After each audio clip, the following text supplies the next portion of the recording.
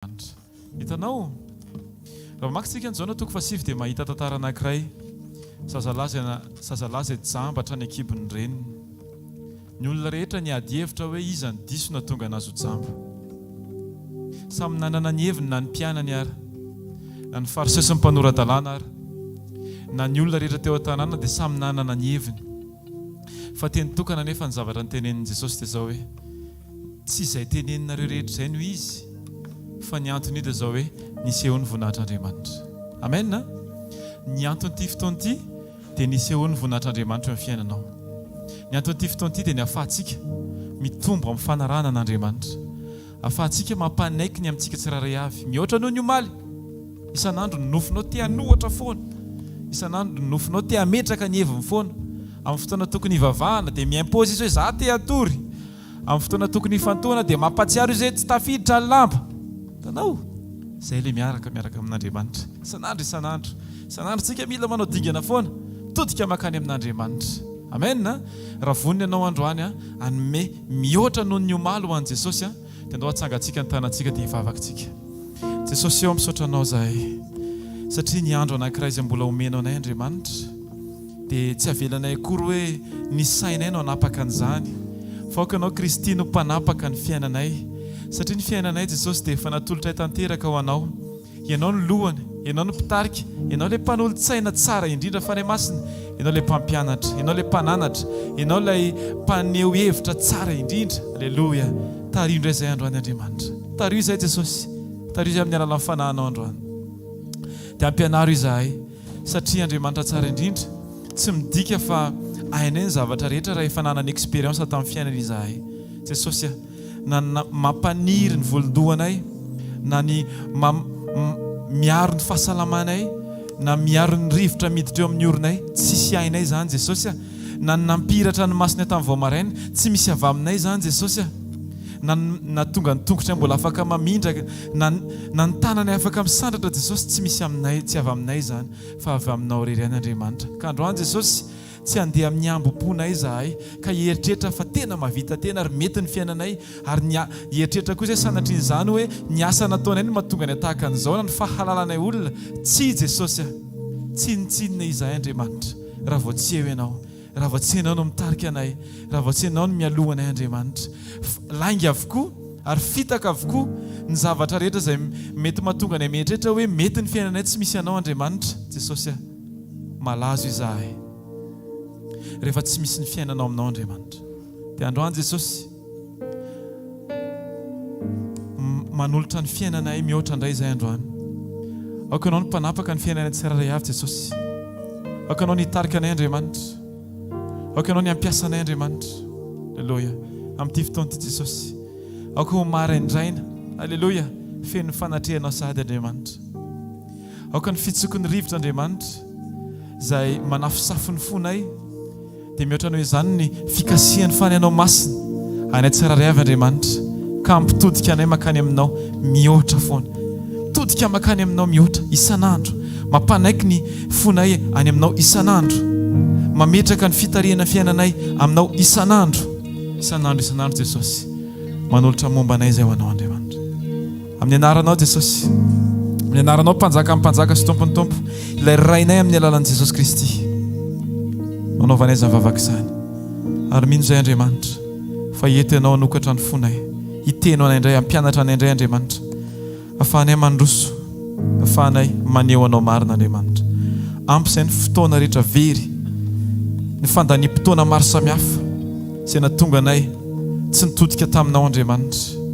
Vaoka na ny teny ray na ny hetsika kely indrindra izay ataonay mandritra nyity andro ity Andriamanitra dia ho hetsika hampitodika anay makany aminao, hampatsiaro anay mandrakariva ny fahalehibiazanao sy ny fahatsaranao Andriamanitra. Aoka azoto andohalika eo anatrehanao izahay, hisaintsaina ny teninao amin'ny fotoana rehetra, andika ny sitraponao amin'ny fotoana rehetra, angetaeta ny ampifaly anao amin'ny fotoana rehetra Andriamanitra, amin'ny anaranao Jesosy. Aoka Jesosy tsy ho tereniny zavatra irinay izahay, fa kosa Andriamanitra hitodika ary amin'ny zavatra efa voateninao tany amin'ny lasanao ka ho lasa hoavinay mahafinaritra zany Andriamanitra. Amin'ny anaranao mpanjaka no fidinao izahay, natsanganao izahay, aneho anao fa tsy aneho anay tsiraray avy, tsy aneho ny expérience anay sy ny fahazaranay Andriamanitra. Eto Jesosy tsy fotoana isehonay amin'ny olona, fa fotoana anankiray Andriamanitra ho anay rehetra isehonay eo anatrehanao Andriamanitra. Amin'ny anaranao Jesosy manatre feno an'izao fotoana izao ianao Andriamanitra. Amin'ny anaranao mpanjaka avin'indrindra masina mandrakizay. Amen. Ndotsika iteka sy ioby ika. Alleluia. Ho an'ilay tompo avo indrindra. Alleluia ho anao Jesosy masina mandrakizay. Alleluia. Salamo faharoa amby telopolo andiny voalohany ka hatramin'ny faharoa no vakitsika rehetra amin'ny anaran'i Jesosy. Salamo faharoa amby telopolo no vakitsika amin'ny anaran'i Jesosy dia aoka amin'ny fofalifali ny amakitsika an'izany amin'ny anaran'i Jesosy. Sambatra ny olona izay voavelany elo sy voasarona ny fahotany. Sambatra ny olona izay tsy sain'i Jehovah eloka ary tsy misy fitaka ny fanahiny. Amen. En Jesosy. Sambatra izahay satria manana Andriamanitra ny alohanay, manana Andriamanitra manafaka anay, manana Andriamanitra tsy mba manadinina mamela mosina anay, manana Andriamanitra mitsinjo sahady no aviny tsiraray avy, manana Andriamanitra efa nanoritra sahady ny lalanay. Aoka ny dia tongotra ao Jesosy no lasa dia tongotray. Zay hitsahanao Andriamanitra no ka hitsahanay. Zay lazainao Andriamanitra no ka ho ataonay. Zay ao amponao Andriamanitra no ka ho amponay tsiraray avy. Amin'ny anaranao Jesosy. Tsy misy tohanao, tsy misy tahaka anao Andriamanitra. Tsy misy tianay tahaka anao Jesosy Kristy. Eny, izahay ary indraindray mety kivy amin'ny zavatra misy eo amin'ny fiainanay, fa ianao Jesosy dia mampahery amin'ny fotoana rehetra. Rehefa mijeranao fotsiny izahay dia mahery amin'ny fotoana rehetra. Ary marina mihitsy ny teninao hoe manoatra noho ny mpandresy izahay rehefa mifamatotra aminao, rehefa miaraka aminao Jesosy. Satria Andriamanitra tsara indrindra izay anapahana hevitra anolorana ny tenanay Andriamanitra no miantoka no avinay. Ka androany Jesosy dia amafisiana indray fa ianao Andriamanitra no tomponay sy mpitarika anay mandrakariva, ekenay amin'ny fo tsy antery fa antsafidy feno fitiavana Jesosy. Manaiky izay Andriamanitra ny amin'izay rehetra ataonao sy tarihanao Andriamanitra. Ataontsika hivavaka amin'izao fotoana izao raha sitrakao dia atolory amafisy ny fanolorany tenanao an Jesosy androany. Tenena tompo aty indray androany anao Andriamanitra. Satria fantatry Jesosy fa tsy misy mahay mitondra ny fiainako mihoatra anao ianao. Satria fantatry Jesosy fa tsy misy mavita anahy mihoatra anao ianao Andriamanitra. Satria fantatry Jesosy fa za tsy te hiankina eo amin'ny tratran'olona, tsy te hiankina eo amin'ny tratrako akory, tsy te hiankina eo amin'ny olona Andriamanitra, fa aoka hiankina eo aminao mandrakariva, ametraka ny momba ahy rehetra eo ampelantananao Jesosy. Alleluia. Anao mpanjaka avindrindra masina mandrakizay. Indro Jesosy ny momba. Manaiky Jesosy hiverina tahaka ny zaza, tsy ametraka hoe manana personnalité na ny expérience-ako na ny fahalalako na ny fahaizako na ny fitondrantenako sy ohatran'izany na ny ficonsidéren'ny fiarahamonina, fa eo anatrehanao Jesosy dia zaza Jesosy. Satria tsy misy zavatra haiko Andriamanitra fa manaiky ny amin'ny fitarihanao Jesosy. Amin'ny anaranao mpanjaka. Alleluia.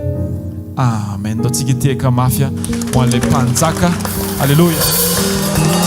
Alleluia. Alleluia. Andao atsangatsika any amin'i Jesosy ny tanantsika dia hiresaka amintsika ao anatin'ny tiry ity.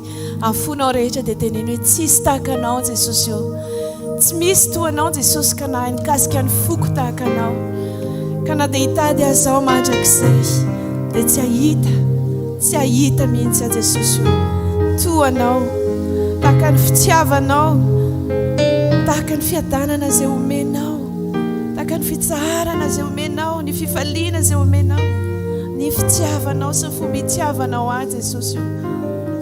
Oh, alleluia. Tsisy tahaka anao Jesosy eo. Eny tompo tany amin'ny alalina indrindra tany amin'ny tsisy tsy takatra izaniza fa ianao natakatra tany Jesosy. Eny Jesosy ianao nanatsotra ny tananao Jesosy eo. Nisintona anay avy tamin'ny lalina ianao Jesosy reria. Tsisy toanao tompo.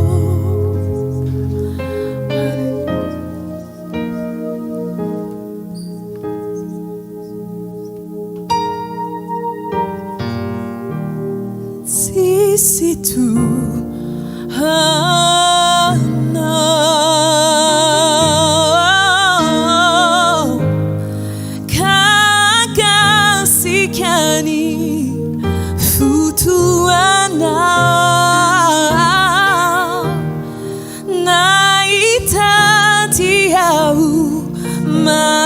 mandrakizay tsy ahit tsisy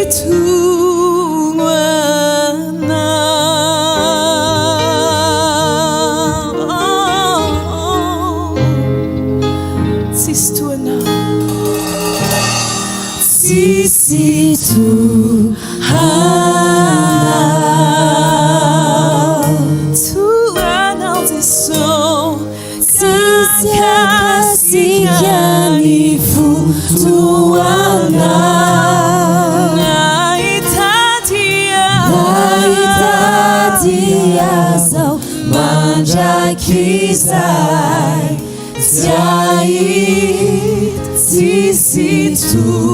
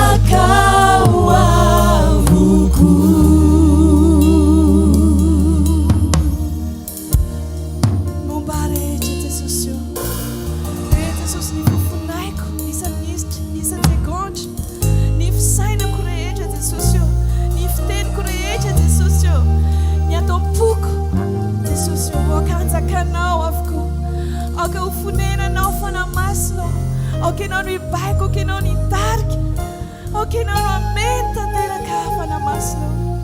que nanameny tanteraka Jesosy tsy misy tsy voiko anao Tompo Jesosy Halleluja eo anoloan'ny tabataba izao tontolo izao eo anoloan'ny fanerena Jesosy sy misy fanoherana maro isan-karazany eto amin'ity izao tontolo izao ty manoloana ny zavatra rehetra vela ny fahavalo alefa ny fahavalo ampahavariana ny olona sy aka ny fotoana ny olona anakana ny tsy ombona aminao dia misafidy izahay Jesosy hisisiky misafidy izahay Jesosy hampanjaka anao eo amin'ny fiainanay misafidy izahay Jesosy tena ianao foana no atom-pisinay sy antom-pahavelomanay Jesosy aza vela hisy variana intsony tsirairay avy aza vela anao hisy voafitaka Tompo amin'ny fandrempirebeny isan-karazany intsony Jesosy fa izahay Jesosy ataovy tafahoana aminao mandrakariva izahay Jesosy ataovy manakaiky anao bebe kokoa hatrany isan'andro satria anao fiainana Jesosy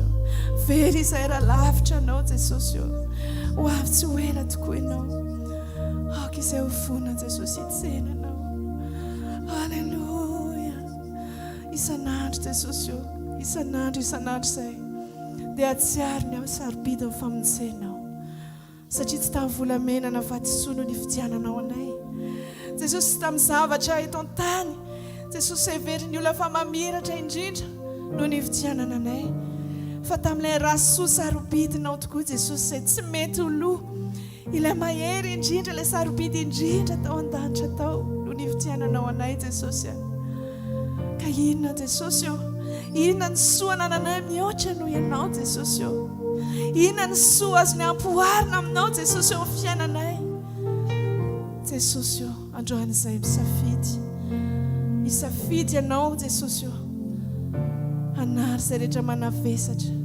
anary izay rehetra toetra tsakasitrahana anary izay rehetra mbola faratsiana Jesosy mitapisaka ao fona ao Jesosy ianao Jesosy no safidianay androany satria anao ilay mato anay nanolotra ny ranao ianao anay Jesosy natolotra ao ny ainao nomenao ny tenanao Jesosy ho vonoina ho ampitsaliana ho kapohina ho atao tsinitsinina nomboana Tompo ny tananao sy ny tongotra tao amin'ny azo fijaliana ny lohanao no satroana tsily Jesosy ny tarehanao nomena totondro sy dia maina nororana Jesosy nefa dia antsavidina nomezanao izany satria tianao loatra izahay ka tsy tianao hisy ho very Jesosy naleonao ianao Jesosy no niara ny fafambaraka sy ny fanaintainana rehetra Jesosy satria tena tianay ianao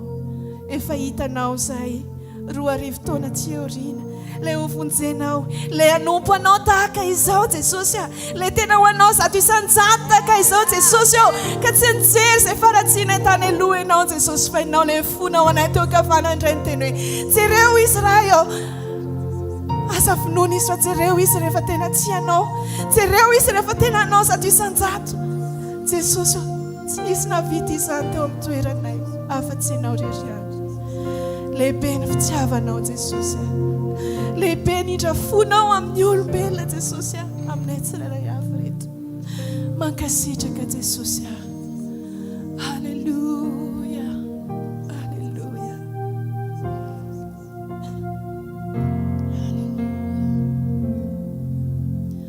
Sao lay mahantra tsaroko eto izamoao efa very tena tambao nanjy andro lavignao ny ota nanalavitray tony antsana lehibe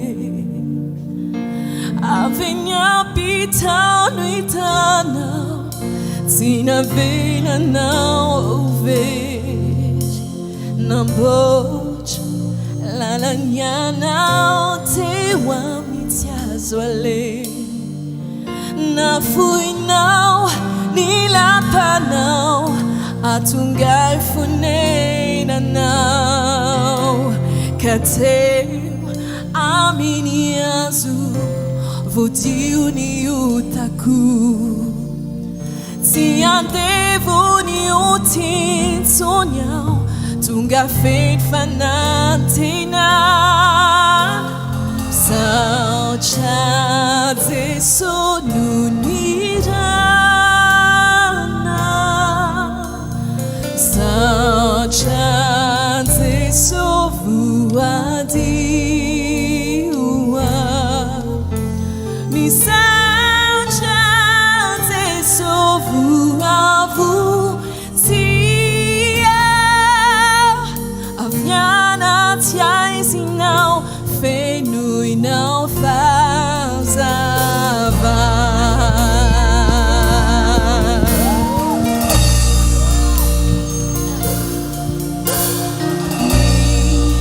suduai tao ampasany mpanota ny levinanty hoandro ianao fa nitsangana indray kares ny fafatesana velona mandrakizay tonga olo baovao no nirany zanak'ondry saotra Jesosy no nirana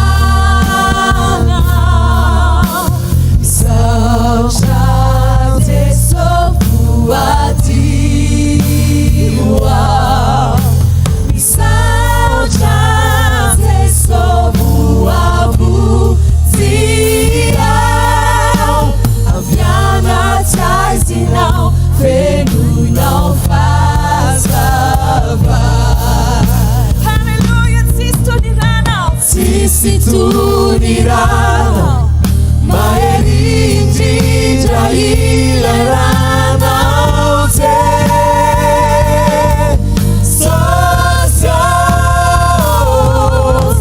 natsona osanakao no vidiny ray tamin'ny alalany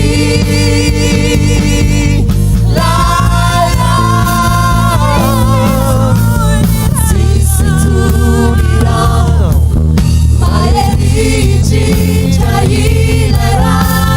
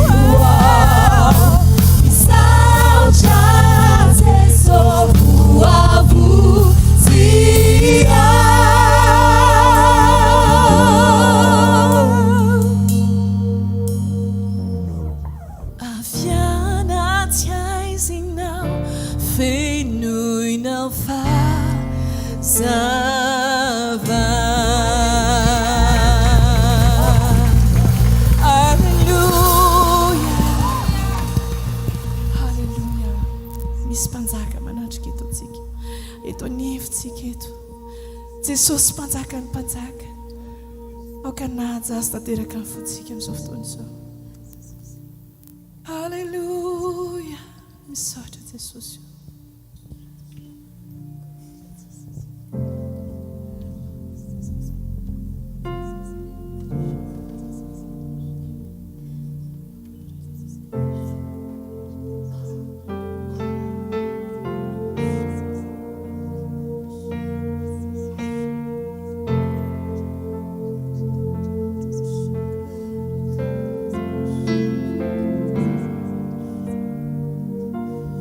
misy mpanjaka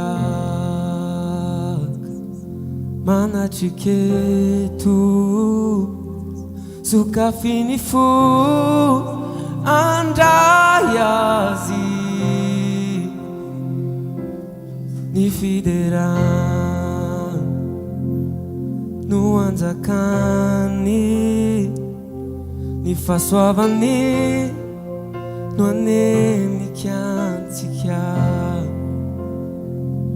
izy mandala ireo entamavesatra, ireo amboary rehetreo atongony, misy anarana ambony anarana rehetra, Jesosy Kristy mpanjakany mpanjaka.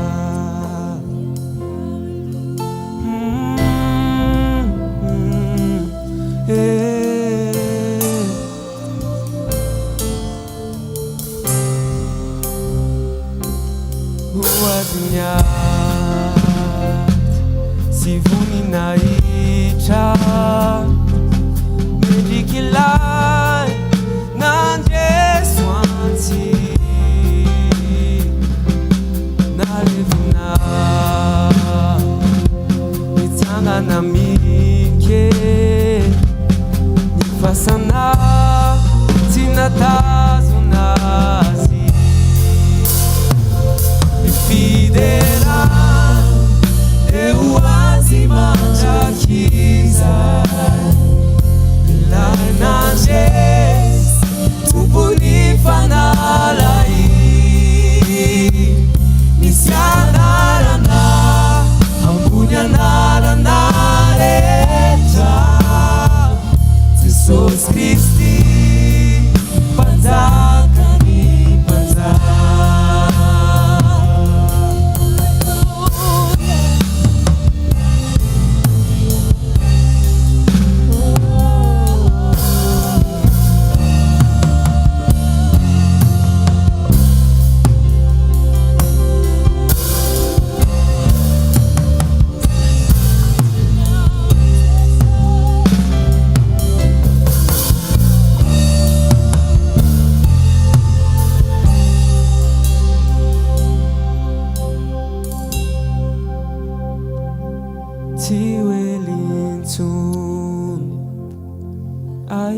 Aitazisik niranumas ufafani wawachanundrai utapichanyadi tiwelait nipangunjisikia izimana ireo entamavesatra, ireo amboary rehetreo atongony, misy anarana ambony anarana rehetra, Jesosy Kristy mpanjakany mpanjaka. Libera eo azy mandrakizay, masina mandrakizay, misy anarana ambony anarana rehetra, Jesosy Kristy mpanjakany mpanjaka. Jesosy Kristy mpanjakany mpanjaka, Jesosy Kristy mpanjakany mpanjaka. Mendrika indrindranao, mendrika indrindranao, ianao no niavy ny zavatra rehetra, mendrika idery anao, mendrika indrindry anao, mendrika indrindry anao,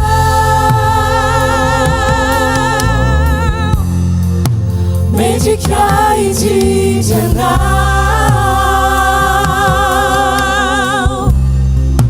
ianao no niavy ny zavatra rehetra, mendrika idery anao,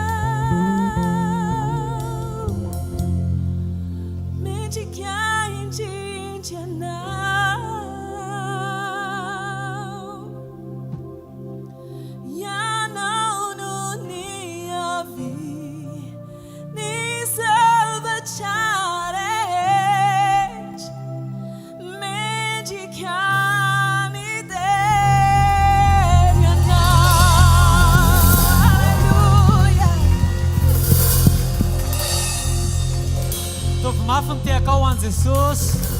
Alleluia. Dia manatanao azo toerana azafady tompoko. Alleluia. Mandroso tompoko tatilo. Averintsika ho an'i Jesosy ny voninahitra rehetra amin'izay rehetra ambareto. Alleluia. Voninahitra ho an'i Jesosy nijoroky fahavolombeleto tany amin'ny 12 taona lasa andro fahavaratra tamin'izay dia mipetraka mpampianatra moa no asako dia manao préparation fa nisy varatra nipoaka be tamin'izay dia henoko mihitsy hoe nisy nikapoka ny tongotro fa tsy naninona fa izay le tenin'Andriamanitra hoe olona nataoko solonao 200 mètres miala amin'ny tranonay ilay olona tena may mihitsy niaraka tamin'ny kidoro éponge dia voninahitra ho an'i Jesosy dia tadidiko ilay izy tamin'ny larobi tamin'ny tapabolana za tsy nalala hoe kay tokony hijoroky fahavolombelona ilay izy dia ilay avy be iny niorana tamin'ny zoma tamin'ny tapabolana dia ny ankizy tao an-trano ny teny hoe neny ve andeha amin'ny orana be io dia za tonga dia lasa ihany nandeha tena hoe vao manomboka miala ao an-trano dia fa lena fa lasa foana nandeha dia ny ambony bus mipopoka ny varatra fa kay ilay varatra nipoaka be iny tena miditra tao an-tranonay mihitsy dia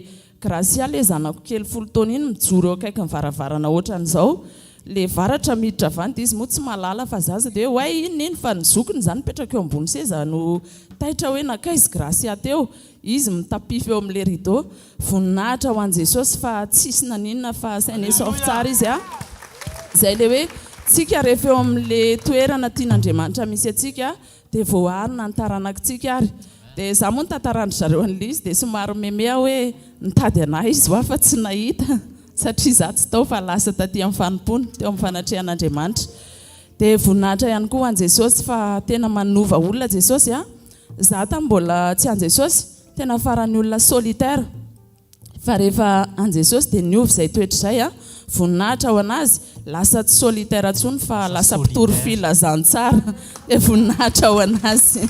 Alleluia. Nao tsika teka mafy ho an'i Jesosy fiarovana tsara indrindra anao tsisy akoatra ny eto amin'ny fanatrehan'Andriamanitra. Alleluia.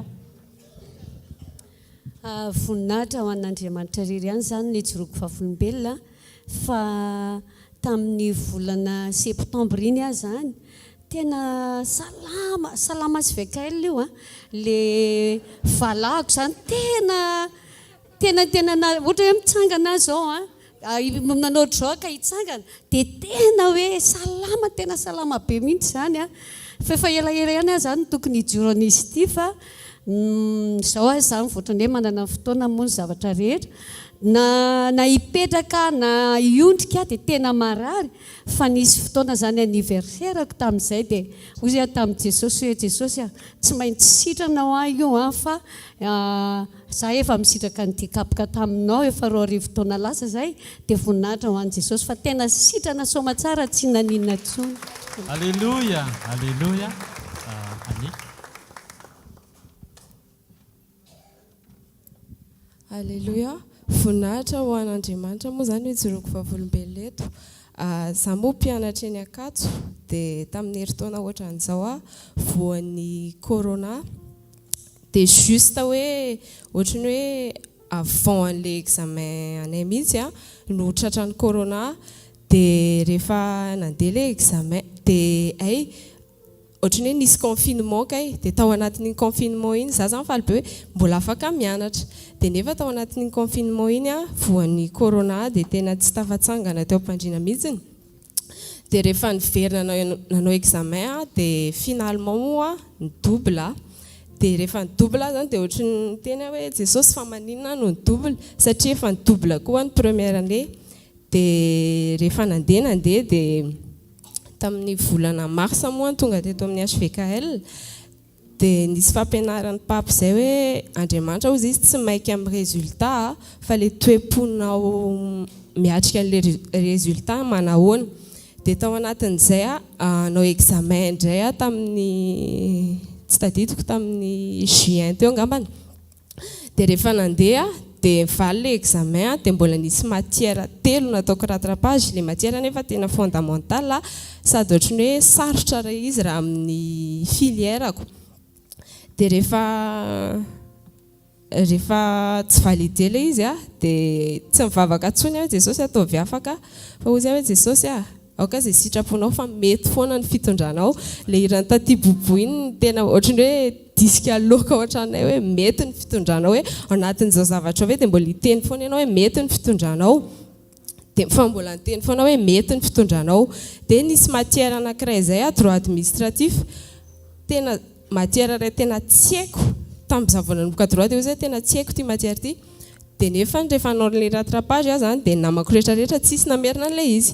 dia tonga tao anaty salle dia iny le sujet tsisy haiko le sujet dia mijery akavia mijery akavanana tena tsisy namako zany dia ozy hoe Jesosy ataoko fotsiny ho aty izay hosoratako eto fa mino hoe ianao no manao an'izay mety ihany dia rehefa nivoaka zany dia nanontany ankizy hoe nanahoana izy tao dia ozy hoe tao dia rehefa zoma tao alohan'ny valian'le examen tonga teto dia ohatrany hoe faly be zany tsy haiko nandritra ny herinandro alohan'ny valian'le examen dia nisy ohatrany hoe fifaliana be zany tany anatiko tsy nanatsony zany hoe ohatrany ahoana ary nivaly le examen zay d'habitude nefa amin'ny stress foana dia rehefa hivaly amin'izay le examen alarobia dia tamin'izay dia hitory filazantsara izay moa mandeha hitory filazantsara dia alohan'ny hitoriana filazantsara dia nisy ankizy nandefana hoe mivaly ozy le examen dia ozy hoe okeo fandraso ho jereko ny anahy dia mamanay moa ny tena hoe ozy izy loha ataovy ny asan'Andriamanitra fa hiteo foana zany dia vita juste mihitsy hoe vita le fitorim-pilazantsara nisy ankizy nandefana hoe tsy ozy izy le valy examen ry fa valide le izy dia ozy hoe ay dia ohatrany hoe faly be zany dia faharoa resaka toetra za taloha farak'izay olona kizitina sady masika no miavonavona dia rehefa namonjy sekoly foana dia misy fiteny papo izay hoe toe-posy toe-panahy araka an'Andriamanitra dia mandiny tena hoe ohatrany ahoana moa zany dia misy fotoana dia nisy teny izay tena nakasikana hoe misy fotoana ane hoe izay Andriamanitra te hiteny amin'ny zavatra ataonao nefa mangina izy dia nefa manina ianao tsy mahay mangina amin'ny zavatra ataon'olona aminao dia nanomboka teo ohatrany hoe raha misy olona manao zavatra amiko dia lasa malemy fanahy lasa feno lasa ohatrany hoe mandefitra foana zany dia ny fahatelo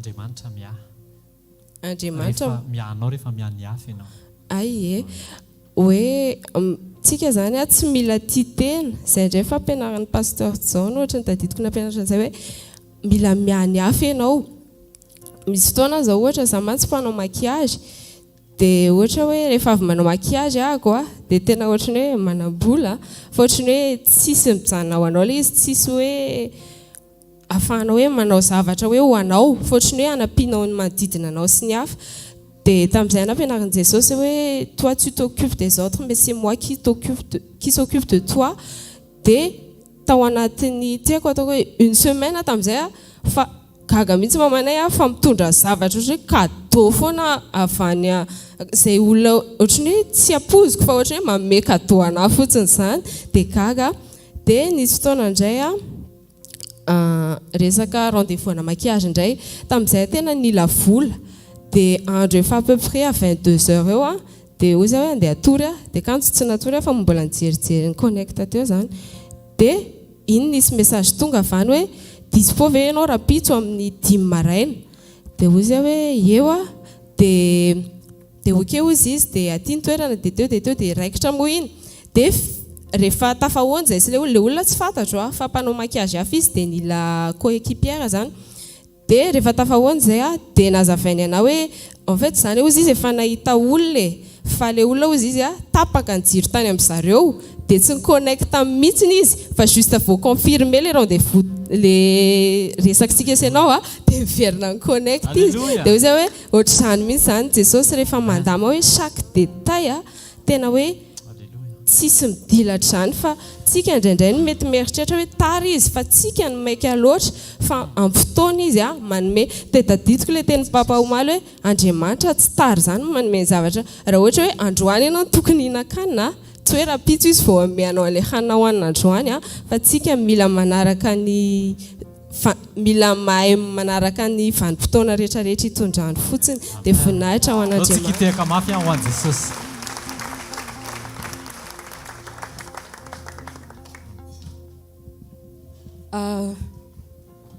faly miarabantsika rehetra amin'ny anaran'i Jesosy. Sain'i Jesosy na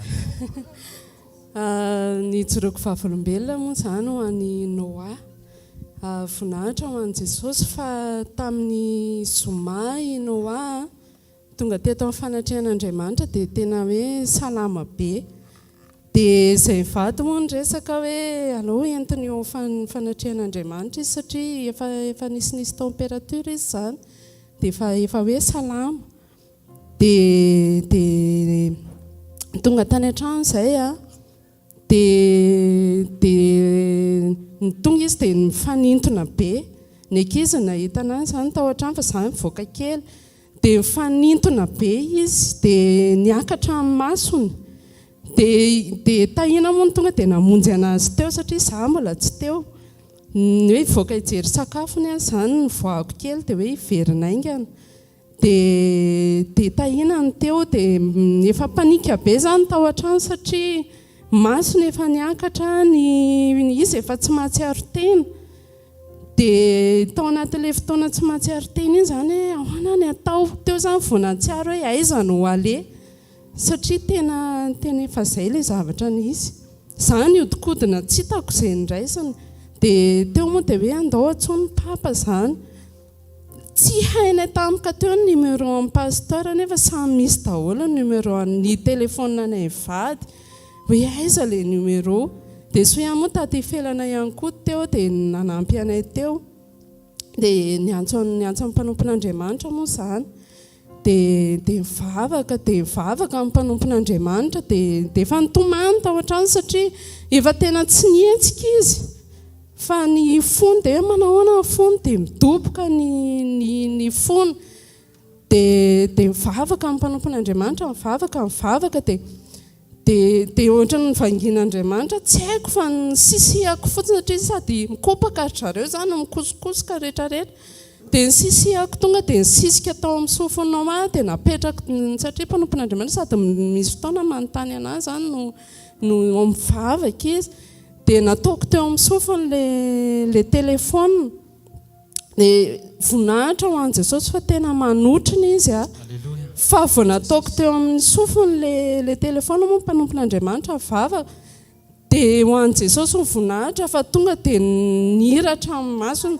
Dia remarque tao anatin'ilay izy tao anatin'ilay panika dia remarque tao anatin'ilay izy hoe aza misy mitomany dia tonga dia niteny tamin'ny ankizy moa za hoe aza misy mitomany izy mpanompon'Andriamanitra aza misy mitomany fa ho averin'i Jesosy izy. Dia taitra be ataony tamin'ilay teny izany hoe ho averin'i Jesosy izy. Dia izay no teneniko any tao an-trano hoe aza misy mitomany fa ho averin'i Jesosy izy. Dia tsy haiko izany izay zavatra ny se-passé tao anatin'izay fotoana izay fa tena Jesosy manao izay tiany izy ary tena miasa izy dia nanotriny izy dia ho anazy irery ny voninahitra. Dia io Noa. Dia zaho koa vangin'Andriamanitra nijoro vavolombelona foy nataon'Andriamanitra teo amin'ny fiainako. Isaky ny fahadom-bolana dia marary foana, tena marary foana ohatrany hoe hetsi-jaza izany, tena marary foana. Dia nisy fotoana koa inoko mandeha ohatrany hoe mandeha normal ako rehefa tonga indray ilay izy tateo aoriana. Dia ho an'i Jesosy ny voninahitra fa tsy nararirary intsony tao efa fotoana elaela izay. Dia manaraka an'izay nisy niasako izany nisy andraikitra nomena anahy. Dia niova asa kely izany hoe pour le moment izany. Dia no ny jereko ilay izy ohatrany hoe tena tsy vitako aty asa ity satria za tena kamo be mampiasa ordi izany rehetrarehetra izany nefa ilay asa tena misy saritra be dia be. Dia osa hoe tena ahoana re Jesosy tena tsy vitako ilay asa nefa za nanaiky. Dia no ny natao ilay izy voninahitra ho an'i Jesosy ohatrany nandehandeha ho azy tena tsy heriny tenako ilay izy fa ohatrany nandehandeha ho azy dia lasa mety ho azy daholo ilay zavatra rehetrarehetra. Dia ho an'i Jesosy irery ihany voninahitra. Alleluia. Datorindra. Fiadanana daholo averina amin'i Jesosy ny voninahitra fa nanomboka tamin'ny voalohan'ny taona izany nanomboka hoe nanontany an Jesosy foana hoe inona Jesosy ny tena antom-pisiako, inona ny tena ilanao anahy, dia inona ny zavatra tianao ataoko. Dia mipetraka tao anatiko foana ilay izy. Dia nakagana fa niezaka ihany teny dia misy fotoana zany tena hoe men'Andriamanitra tolotsaina dia mivavaka ho an'ny olona dia mamango olona dia ohatr'izany tena hoe personnellement zany. Dia mahalana be ilay izy fa taorian'ny fampianarana fandalovan'ny pasteur François Gaute famerenana hoe iza ny olona sarobidy indrindra aminao. Dia ny tao anatiko tamin'izay dia mbola ataoko ny ankonako ny tena hoe tataopoko hoe ny vady aman-janako ny ray aman-dreniko. Dia taorianan'iny dia hoe tena hoe tokony tsy renitsony ny tena sarobidinao fa le mbola tsy voavonjy ary mihitsy. Dia verina tamin'i Jesosy indray dia hoy Jesosy zay mihitsy zany le izy fa tena hoe averenao Jesosy tena ampitombony etaeta tao anatiko tena hoe anao zay tena hoe zay asainao atao zany manomboko izao. Dia taoriana zay dia tena mandefa olona Jesosy tena hoe misy olona miantso fotsiny aty amiko mandefa message amin'ny Facebook dia tonga dia miresaka dia avy eo manontany an'ilay olona fa izy ianao fa ahoana nahafantaranao anahy.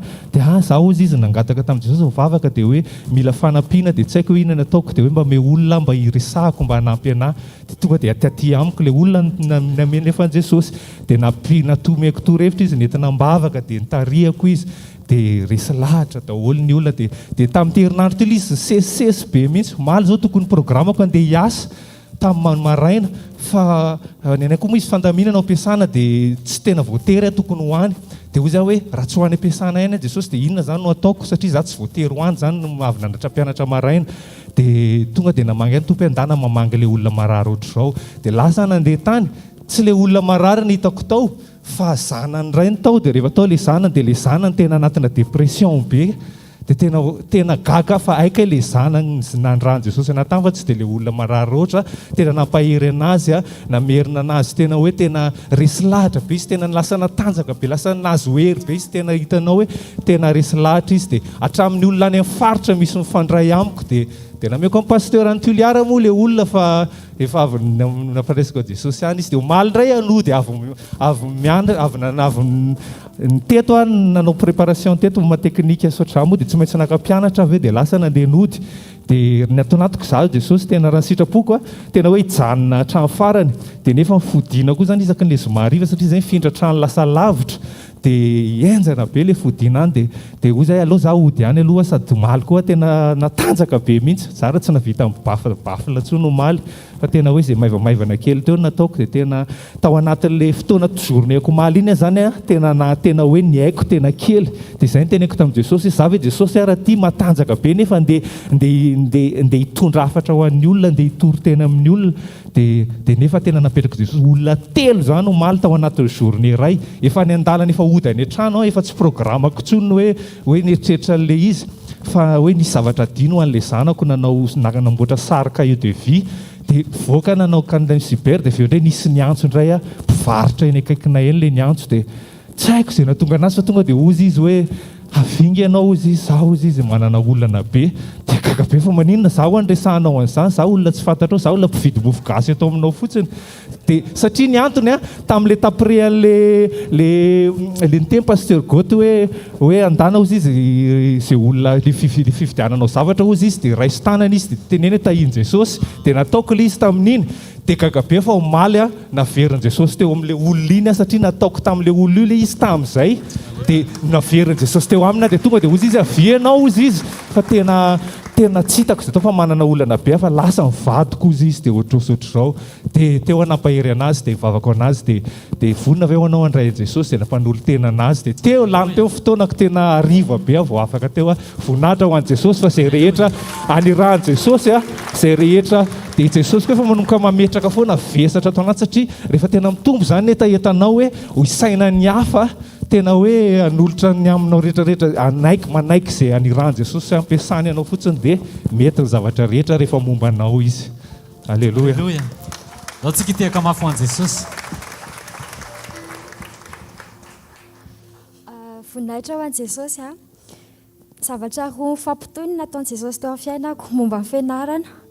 Tamin'ny tapabolana nanao DS dia nizara feuille nanao français dia izay mahazo hainina ambondrindra zarain'ilay prof voaloha dia izay tsy mahazo atao farany dia avy eo nisy fa anankiray nitokana izay dia sasany tsy nahazo mihitsy ny ahako fa efa nahazo daholo ny ankizy avy eo izay nahazo moyenne rehetrarehetra nahazo daholo dia zako hoe zavy Jesosy dia isany tsy ahazo moyenne dia hozy ako dia avy eo dia zaran'ilay feuille de copie tamin'ny le tsy nahazo amin'izay ozy izy hoe izafo izy tsy nahazo dia nasainy nitsangana dia nitsangana daholo izay dia kakabe daholo ilay ankizy hoe ity faniva dia tsy ahazo an'izany dia za koa izany efa natahotra be dia mivavaka foana dia ny tena napetraka Jesosy tao anatiko foana hoe zanako sy ny asan'ny tanako dia aoka ho adidiko ihany dia avy eo nizaran'ilay feuille izy dia ozy izy hoe izany tsy nahazo dia za nitsangana dia ozy izy hoe dia ozy izy hoe alaivo ozy izy mifeuille anao dia za tsy nety nitsangana mihitsiny dia ozy izy hoe mantsaina ankizy hoe ny anazy zany ozy izy ny ambany indrindra dia nitomany dia ny zavatra nyteneniko voaloha hoe my god izay no izay ny tonga dia mivoaka vavaka voalohany dia efa te hitomany be mihitsy ny ahako tamin'io hoe zavy dia tsy nahazo ahako dia nomeny dia avy eo dia mbola naveriny tenena dia ny ankizy taitra be dia tsisy niteny intsony ao am-pianarana avy eo dia nakan'ilay feuille nandray ilay feuille amin'izay dia sady nijerijereny be fotsiny ahako dia niraisika ilay izy dia tsy nijereko intsony ilay note dia andeha hiverina eny amin'ny toerako a dia hivereny koa nijerena indray mandeha ilay feuille dia kaikay ny anany ambony indrindrany dia avy eo ny zavatra nitohizany indray ilay izy avy eo tamin'ny herinandro teo tsy nijoroko vavolombelona ilay teo tamin'ny samedi nefa za toko nijoro vavolombelona efa tamin'ny samedi dia za ohatrany efa manana efa misy miteny anao ohatra efa miteny anao fa ny masina hoe mbola mitohy io témoignagenao io amin'ny herinandro dia nitohy tamin'ny herinandro teo ilay izy mbola io matière io ihany français nanao exposé indray izay dia izay zany tsy nanomana be koriny hoe ataotro zao tsy nanao répétition be izay amin'ilay exposé fa niteny aho hoe Jesosy apetrako aminao ty exposé ty ny ankizy zany taitaitra be daholo manao an'ilay izy dia zany teny ary zareo hoe aza taitaitra ao fa Jesosy efa manampy antsika dia nanao ilay exposé amin'izay dia za zany niteny ary zareo fotsiny hoe ataovy manarakaraka ny toerantsika ao ny anaovana an'io exposé io dia oke ozy izy ry zareo dia mipetraka fotsiny dia za ny manolotra dia avy eo izy le prof hoe mitsangana amin'izay nareo dia nanao exposé zay dia ny se déroulé teny ilay izy dia nety tsara dia vita ny exposé ndraiky izy rehetrarehetra dia ny résultat ilay izy mbola nenay indray ny tsara no résultat tsara indrindra avy eo dia voninahitra ho an'i Jesosy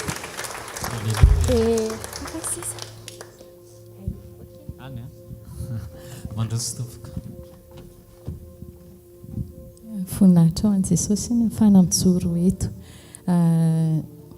ngamba ny titre hoe fahasoavana sy famindrapoana rehetra eo amin'ny fiainanay ny trano ipetrahanay amin'izao niakatra be ny fa trano tamin'ny ity 50% dia avy eo zany izay hoe aleo zany hiala ny ady varotra izay dia tsy nety dia hoe nitady trano rehefa nitady trano dia nahita dia niteny tamin'ilay olona izay hoe hiala zany izay dia izy ay mipetraha ihany ary amin'ilay niadinareo varotra dia ok fa tamin'ilay nitady zany dia natsapy izay hoe tsara angamba ohatrany hoe tonga tao anaty izay zany vao tonga tao anatinay hoe ary sao dia mba tokony manana trano ary dia satria ny activité anay zany lasa ohatrany hoe voafetra be koa amin'ilay trano hoe tsy mahazo manao an'izao ohatra zao dia somary miafiafy kely dia rehefa avy eo niresaka tamin'olona ny vadiko zany ohatrany hoe miresaka mitantara fotsiny dia ozy izy dia tonga teo amin'ilay hoe angamba sao dia mba tokony hanana trano amin'izay ary dia ozy izy le olona hoe fangainao efa manana tany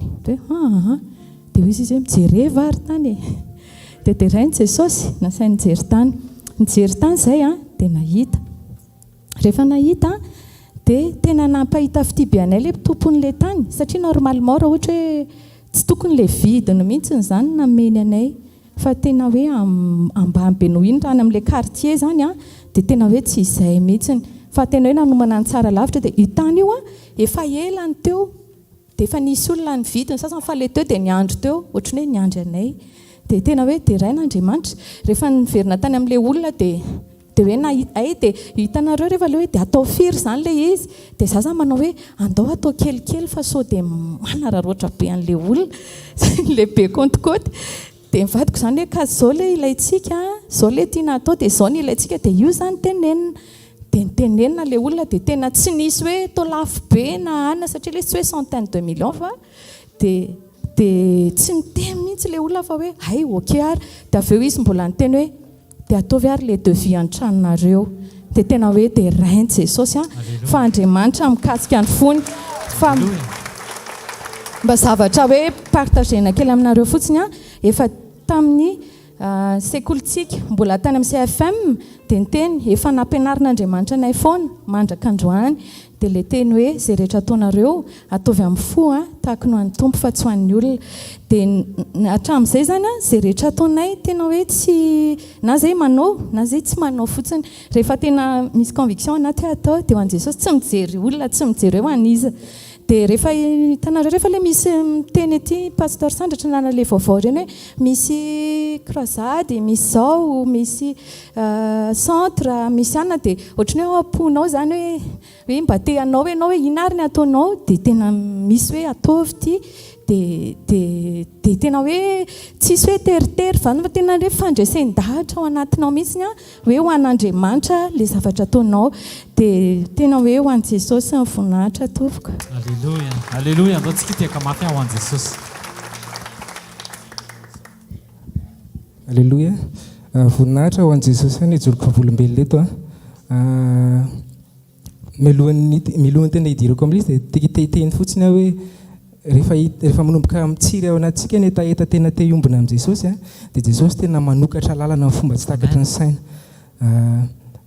Teo amin'ny fiainako zany tena nisy fotoana zany tena tsapako hoe nanana etaeta be tena hoe hiombona be amin'Andriamanitra tena hoe anao ny asa ny saotrany zany dia ny asako nefa tsy ny permettre an'izay mihitsy hoe anana fotoana andehanana manombo miombona tahaka an'izao dia tena na satria izay miasa manomboka alatsinainy ka hatramin'ny sabotsy tapakandro dia tsy possible mihitsy hoe misy fotoana zany hoe mba te andeha hamonjy fotoana tahaka an'izao dia tao anatin'izy zany teny tamin'i Jesosy hoe zaho Jesosy omeo fotoana raha tena tianao tsapanao Jesosy fa tena mangetahetanao dia mba omeo asa ao za Jesosy tena raha sitrakao tena hoe afahako manompo anao saotran'izay dia tao anatin'ilay izy tena nanamboatra toe-po Jesosy satria nampianatra izy hoe na ao anatin'io asa misy anao io nge dia afaka manompo anao foana ianao hoe dia za moa nanaiko hoe tsy manina Jesosy fa eto foana aloha zany fa miandry an'izay sitraponao fantatra fa ianao mavita zavatra mihoatra an'izay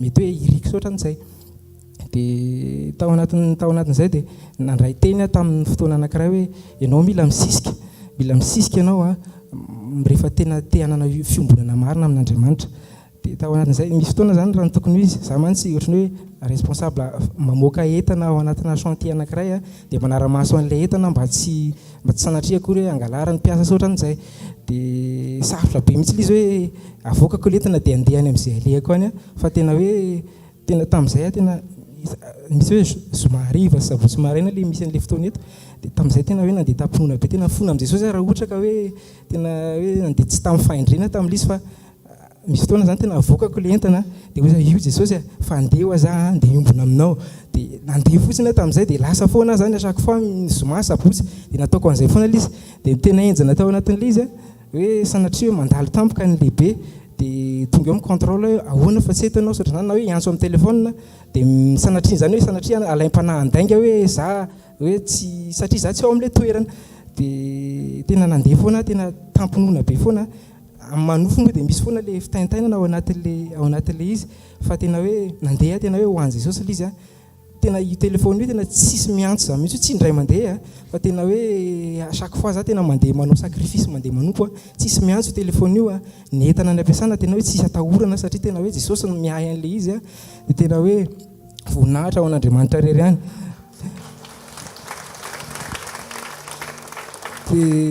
dia nisy fotoana amin'izay tena tafaresaka tamin'ny papa nisy fotoana hoe zaho tena manana etaeta be tena hoe anana andeha hiombona foana andeha hamonjy za fanompona saotran'izay dia niteny fotsiny izy tamin'izay hoe Jesosy ozy izy anokatra lalana dia niraisiko ilay izy raisiko tampinoana ilay izy tamin'ny anaran'i Jesosy dia taorianan'izay misy fotoana koa zany rehefa hoe eo ny miasa ny plombier ohatran'izay dia tsy possible mihitsy zany hoe andeha anao ohatran'le ny fataoko teo hoe miala ao ampiasana satria le plombier tena plombier sy ny électricien no nazo an'izay ohatrany hoe etaety zay dia afrina tao arinan'izay no ny valy le izy tao anatin'ny izay rehetrarehetra taraiko anareo zao tao anatin'ny 4 mois teo angambany zay tao anatin'ny 4 mois teo dia après les 4 mois menjy Jesosy asa vaovao dia tao anatin'le izy zany tena hoe tsy possible mihitsy zany tamin'le resaka plombier teo hoe afaka mitsoaka ao anatin'le izy mandeha mamonjy asa fanompona satria misy mangalatra ny plombier sy ny électricien sy ohatran'izay dia tena hoe nandeha fotsiny fa tena hoe nisy fotoana zany tena hoe te andeha ralia nisy fotoana dia tena Jesosy tena nanokatra lalana tsy niasa mihitsy ny plombier sy ny électricien fa tena hoe nandeha foana zany afaka nandeha namonjy ralia sy ohatran'izay dia tamin'ny fotoana anankiray amin'izay tena naneho ny voninahiny Jesosy nomeny asa tena hoe ahafahana manompo afaka atao amin'le asa nisy anataloha zany tena hoe asa lizy tena hoe ho an'i Jesosy satria tena filazantsara ny ao anatin'le asa tena hoe voninahitra ao an'Andriamanitra rery any alleluia alleluia dia mbola misy anankiray farany dia tao anatin'izay tao anatin'le fotoana rehetrarehetra teo satria fampitohy amin'le izy zany le izy ny fotoana zany ohatrany hoe nandeha niombona teto dia tao anatina fanombona nofo tamin'izay nifady hanina dia tonga teto tena hoe le amin'ilay tsy misakafo zany dia narary be ny vavony fa tena niteny fotsiny tamin'izay hoe za Jesosy tena hoe anompo anao natongavako eto tena hoe tena ianao natongavako eto fa tena raha sitraka ao Jesosy dia mba sitrahany Jesosy zany fa tena tampotampoka teo tao anatin'ny fotoana tena hoe sitrana afaka le retom-bavony tamin'ny voninahitra ao an'i Jesosy any alleluia andao tsika hiary hitsangana sady hitehaka mafy andraisantsika ny mpanompon'Andriamanitra alleluia alleluia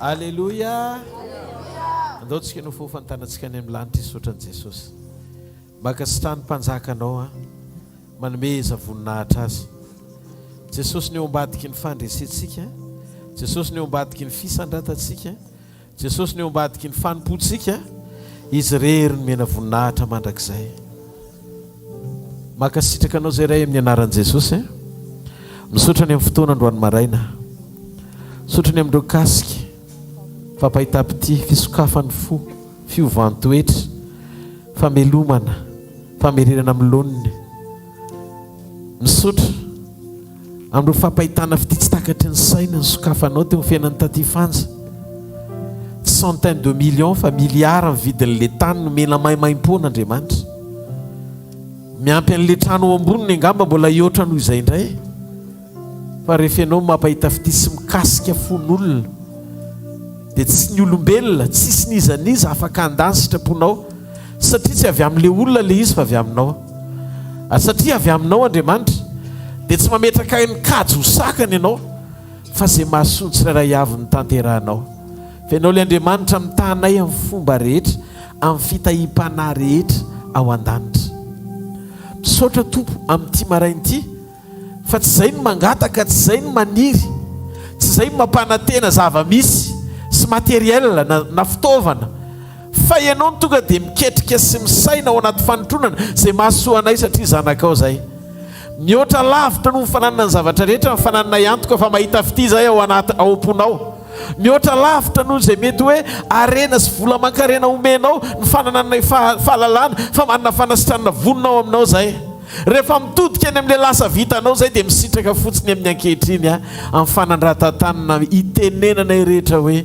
misaotra Jesosy ho anao rery no fankasitrahana mandrakizay misy andrata f'izany rehetrarehetra zany dia fanehoany hitamaso fa eo amin'ny fiainanay ianao manjaka mandrakizay voninahitra ny eo an'ilay mitoetra miseza fiandrianana mandrakizay mpanjaka ny mpanjaka sy tompony tompo amen dia amen ty hafa mafy eo an'Andriamanitra maniry atsika azo toerana amen ndoany dia hijery andreo endrika alleluia reo endrika dimy tao anaty asa famoronana nataon'Andriamanitra reo endrika dimy lesona atsika tsoahana tao amin'ny asa famoronan'Andriamanitra mampijoro atsika ara-piombonana aminy raha miresatsika momba ny famorona dia voatanisa matetika ao a ary iverenina foana ny genesis toko voalohany mahatsiaro ny mosesy ao amin'ny exode 33 nisy fotoana izy niteny tamin'Andriamanitra hoe ampahitao ny voninahitra ao a ohatra mametra-panontaniana ianao mosesy ve ny tsy nahita ny voninahitr'Andriamanitra firy ny asa mahagaga nampahitana ny mosesy zay tsy nahitana mpanompon'Andriamanitra hafa ny fisehony tahaka izay nisehony taminy toy ny hoe ranomasina mena ny zaraina roa toy ny hoe kapohana ny vovoka dia lasa moka ohatra nefa dinga ny voninahitra ny amin'nyatsony Jesosy hoe ary naneo voninahitra izy tao Kana ny Galilea rehefa namadika ny rano tonga divay zany hoe nahita ny voninahitra Andriamanitra Mosesy fa ozy izy Mosesy tsy afa-po ampahitao voninahitra ao a fa inona ary le voninahitra mbola tsy hitany Mosesy tsy nahitany Mosesy zay dinga ny voninahitra zay tamin'ny fiarahany tamin'Andriamanitra dia ozy izy hoe raha ohatra ozy izy miseho amiko ozy izy ampahitao aho ozy izy nitavanao ampahitao mifanatrehanao a dia ozy izy Andriamanitra tsy misy olona mahita aho ozy izy dia ho velona fa nivoako ny ampandaloviko eo anoloanao dia inona no men'Andriamanitra nampahitan'Andriamanitra Moïse lamosina midika zavatra lasa toy ny lelesika omaly ny Genesisy dia nampahitana ny Moïse nampahitana ny mahalfan'Andriamanitra Mosesy nampahitana ny famoronana izy nampahitana ireo karazany zavatra ny tantara-pirazanany ny poiran'Andriamanitra nanomboka tany amin'ny andron'ny Adama mandrapatonga tany amin'ny andron'ny Abrahama naseho tao amin'ny boky ny Genesisy nampahitana ny Mosesy nihitany Mosesy tao hoe ay ohatra zao namoron'Andriamanitra ny tany ay ohatra zao namoron'Andriamanitra ny zavaboary rehetrarehetra ary ao anatin'io leso ny alfa io no anitsin'Andriamanitra antsika amin'izay omega raha-pitso iarahantsika aminy zay ny lesontsika omaly aoko tsika tsy hifantoka amin'ny fampanantenana omega na noavy fa aoko tsika hifantoka amin'ny passé prophétique na faminaninana lasa anomentsika antoka noavy iarahantsika amin'Andriamanitra tsy maharetehaka ao an'Andriamanitra ao anarany fisehon'le izy ao ny tonga ny teny voasoratra hatramin'izay izy eviny sy fanambarana ao antsika andraisantsika lesona nanomboka tany amin'ny fotoam-pamoronana ny etsika Andriamanitra rehetra dia manondro antsika sy ny fiombonana aminy avokoa reto misy prinsipe anankidimy asehon'ny baiboly antsika voalohany a ny fanandratana ny prinsipe ny fanandratana na ny principe d'élévation zay ny voalohany ny prinsipe faharoa dia ny fisarahana na séparation principe de la séparation ny faharoa ary ny fahatelo ny équilibre hitantsika hoe maneho Andriamanitra hoe ohatra zao ny équilibre ny fiantsona azy amin'ny teny frantsay zao principe de l'équilibre ny fiantsona azy amin'ny teny frantsay fa efatra ny zava-dehibe na ny sarobidy ny mahasarobidy ianao ny importance zany ary ny fahadimy a dia ny sary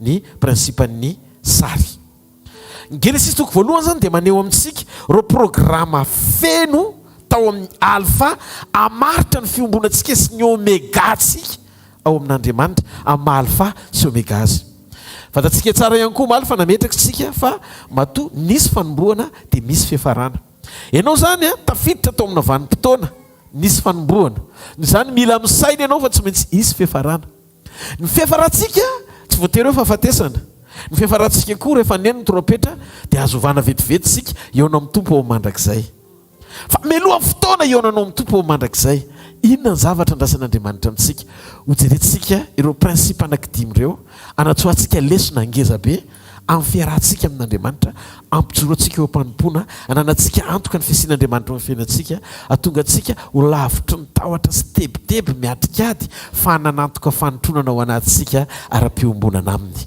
hoentina anatin'ny fotoana foiarintsika ao anatin'izany rehetrarehetra izany ndraitsika ny baiboly ambokin'ny Genesis toko voalohany ny andiny 7:20 ka hatramin'ny andiny 7:20 Haleluya Sotra tumpo fatiana ianao Haleluya Genesis toko voalohany dimy efatra ambin'ny folo ka hatramin'ny dimy fasa ambin'ny folo. Ary Andriamanitra nanao hoe misy fanazavana eny amin'ny habakabaky ny lanitra mpisaraka ny andro sy ny alina. Ary eo koa famantarana sy ho fotoana ary ho andro sy taona ireo.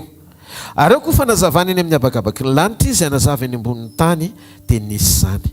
Ary Andriamanitra nanao hoe nanao ny fanazavana roa lehibe, dia ny fanazavana lehibe ho mpanapaka ny andro ary ny fanazavana kely ho mpanapaka ny alina sy ny kintana. Ary Andriamanitra nametraka azy eny amin'ny habakabaky ny lanitra nazava eny ambonin'ny tany sy ho mpanapaka ny andro sy alina ary ampisaraka ny mazava sy ny maizina retan'Andriamanitra fa tsara izany.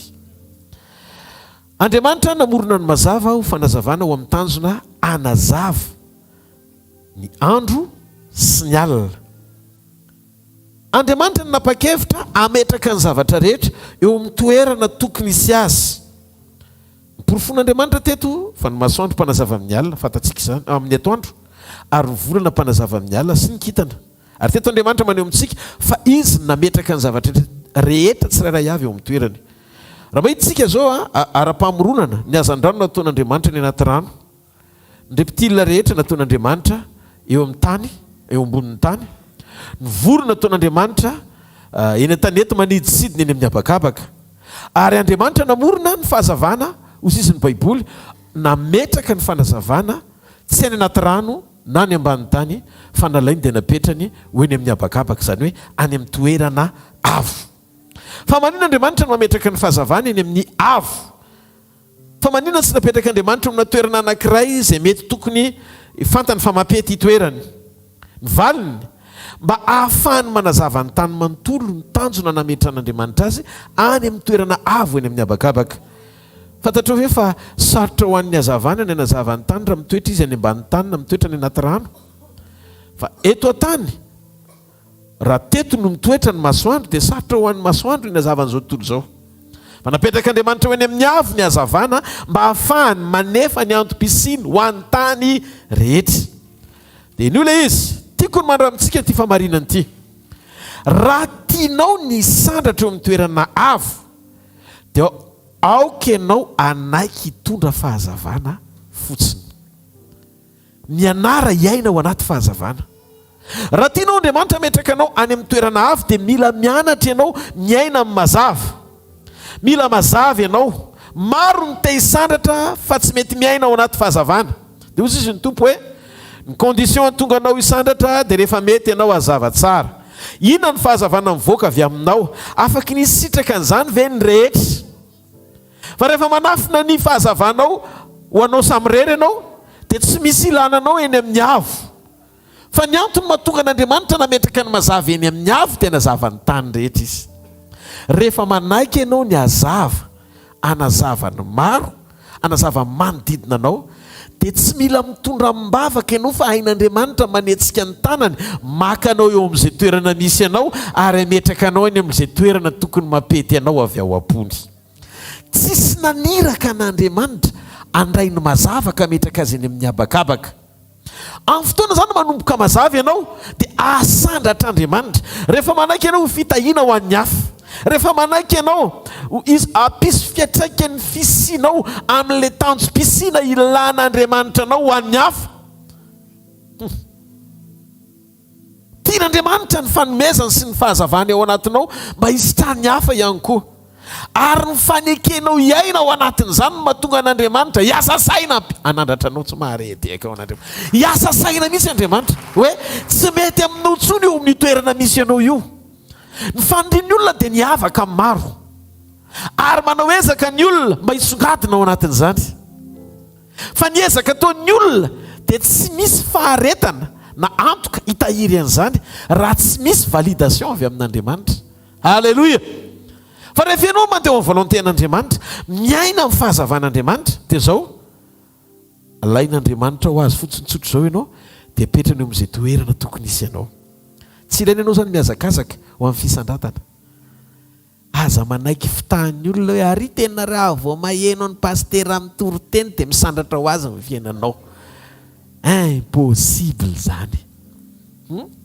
Tsy mila mihazakazaka ho amin'ny fisandratana ianao. Ny teny ilainao dia mihazakazaka isan'andro mba hazava irehitra ho an'Andriamanitra, irehitra ho an'Andriamanitra, irehitra ho an'Andriamanitra. Fa rehefa mirehitra ho an'Andriamanitra ianao dia asandratra Andriamanitra. Tsy maharetiaka ho an'Andriamanitra. Ianao zany rehefa mazava sy mamiratra dia tsy mila mivavaka hisandratra any amin'ny hafa. Rehefa tapa-kevitry ny hamiratra ianao dia hetsika Andriamanitra nandratra anao. Hitanao ilay prinsipa maneho ny fiombonantsika amin'Andriamanitra tamin'ny fomba namoronany an'izao tontolo izao. Rehefa tena tapa-kevitra ianao tsy ho velona ho an'ny tenanao samirery dia hetsika Andriamanitra nandratra anao. Aza manaiky hitoetra amin'ny toe-po tia tena, manombo mampiditra ny fisianao aso ny hafa. Misy zavatra indraindray ao anatinao blocage ny fisandratanao. Hitanareo Andriamanitra rehefa mijery izy, mijery Andriamanitra hoe inona ny tokony atao anao dia izy ny manome modely voalohany mba hahafahanao manahaka azy, mba hahafahanao manahaka azy.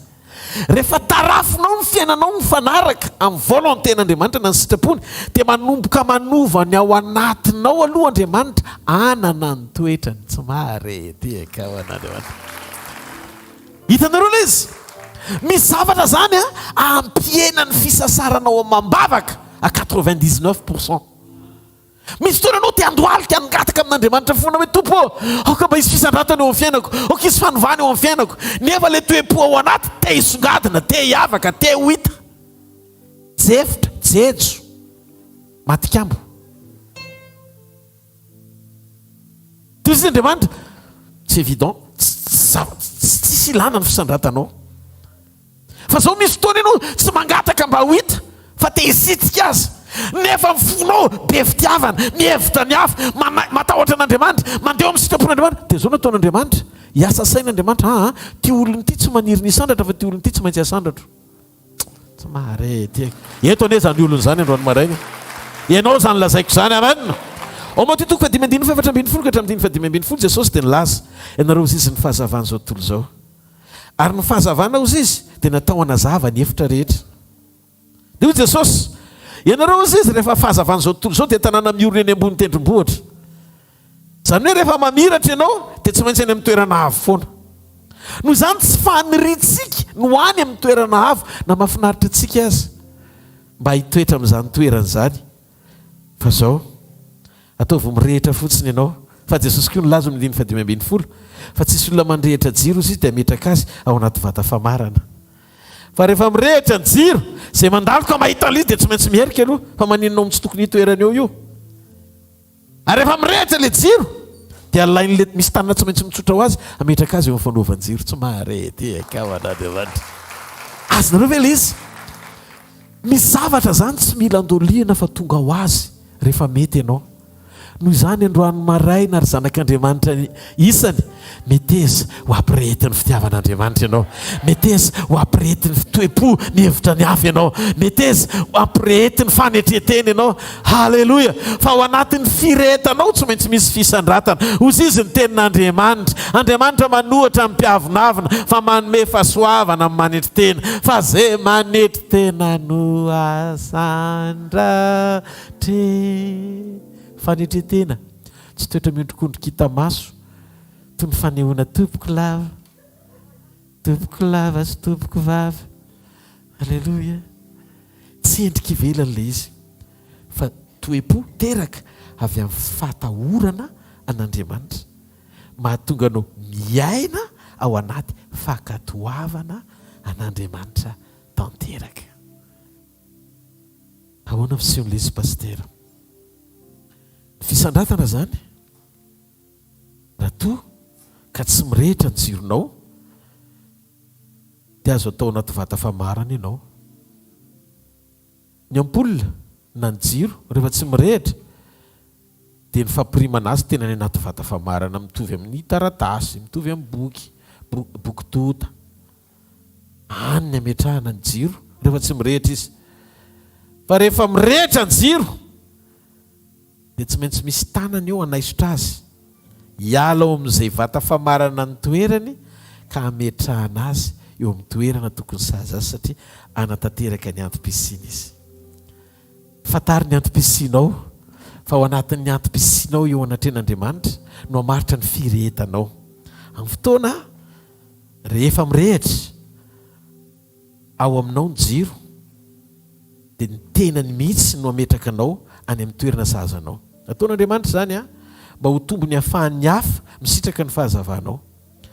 Ny jiro mirehitra tsy mendrika ny ao anaty vata famarana fa tsy maintsy eo ambony fanaovan'ny jiro na zavan'ny trano. Tsy zany no niteny an'izany fa Jesosy no milaza amin'izany. Raha mandray fanapahakevitry ny hazava fotsiny ianao hamotsitra ny fanomezam-pahasoavanao anatinao asony hafa dia hetsika ny tanin'Andriamanitra handray anao avy any ambany ary ametraka anao any amin'ny toerana ambony. Ny fanandratana antsika dia raharan'Andriamanitra fa tsy anjarantsika. Ny anjarantsika manaiky hamiratra fa ny anjaran'Andriamanitra manandratra antsika. Tsika tsy aniraka sy anery an'Andriamanitra mambavaka sy fifadikanina mba hahatonga antsika ho asandratra, fa tsika mifadianina mba hisehony famirapiratana antsika hahatonga ny tanin'Andriamanitra hitsotra hanandratra antsika. Zay zany ny zavatra voalohany. Ao anatin'io firehetana io ihany koa dia mila fantatsika fa ny firehetana ny rasan'Andriamanitra aminao dia tsy vokatry ny ezakao fa ny fahatsapanao ny asarbidiny fanomezany. Fanomezana avy amin'Andriamanitra ilay izy. Ny Korintiana voalohany 5:10 ny apôstôly Paoly dia nilaza fa tsy mitovy ny firehetan'ny olona. Tsy mitovy ilay izy. Ny jiro entinao tsy mitovy ny firehetan'ilay izy. Korintiana voalohany 5:10 ka hatramin'ny 9:140. Ary misy ny tenany any an-danitra ary misy ny tenany aty an-tany. Fa hafa ny voninahitry ny an-danitra ary hafa ny voninahitry ny aty an-tany. Hafa ny voninahitry ny masoandro ary hafa ny voninahitry ny volana ary hafa ny voninahitry ny kintana. Ka ny kintana anankiray dia hafa voninahitra noho ny kintana anankiray. Mahafantatrareo ny impakta ny famirapiratana dia Andriamanitra ny manendry izay vokatra tokony ho tazana avy aminao. Satria ilay izy tsy etaetanao hamiratra fa famirapiratana efa nataony ho ao anatinao fanomezana ilay izy. Ho aza vaiko tsotsotra ilay izy. Jesosy rehefa mivavaka amin'ny Jona 5:20 ny 9:1 ka hatramin'ny 9:20 dia zao mivavaka nataon'i Jesosy. Ozy izy ny fahefana ozy izy nomenao aho. Faritan'i Jesosy tsara tao anatin'ny mivavaka fa ny fahefana rehetra izay tao amin'i Jesosy dia avy amin'ny rainy avokoa. Rehefa nolazain'i Jesosy anteny izany dia nanatra ny masony izy teo amin'ny lanitra ka nanao hoe raha eo tonga ny fotoana mankalaza ny zanakao mba hankalaza ny zanakao araka ny nanomezanao azy. Azanao tetỳ ambony tany vitako ny asa nomenao aho ataoko. Rakehitriny raha io mankalaza amin'ny tenanao dia amin'ny voninahitra ny rahako nanana taminao fontsombola hary zao tontolo izao. Nasehoko tao amin'ny olona izay nomenao aho, olona izay nomenao aho avy tamin'izao tontolo izao ny anaranao. Ny anarana koa zany mbola nomena. Hitanareo ny asa nomeny ray, ny voninahitra nomeny ray avy amin'ny ray, ny teny nomeny ray avy amin'ny ray, ny olona dia nomeny ray avy amin'ny ray. Na Jesosy ery zany dia tonga teto an-tany ho an'ny olona izay nomeny ray azy. Rehefa fantatrao ny lanjan'ny zavatra ao anatinao fa tsy avy aminao fa fanomezana dia hitandrina ianao ampitondrana ny lisa dia nety tena tsara.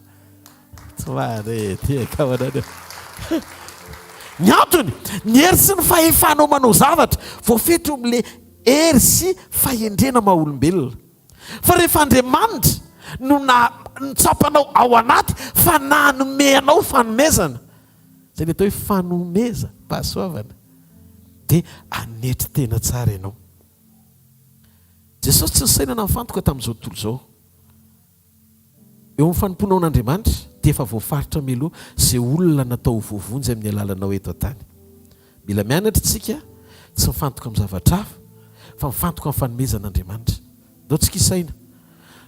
Jona zao tsy nila mifanena tamin'ny olona be dia be fa Jesosy rery. Zay no mahatonga an'Andriamanitra sarotiny tamin'ny Davida rehefa nalainy devoly fanahy ka anisan'ny Israely.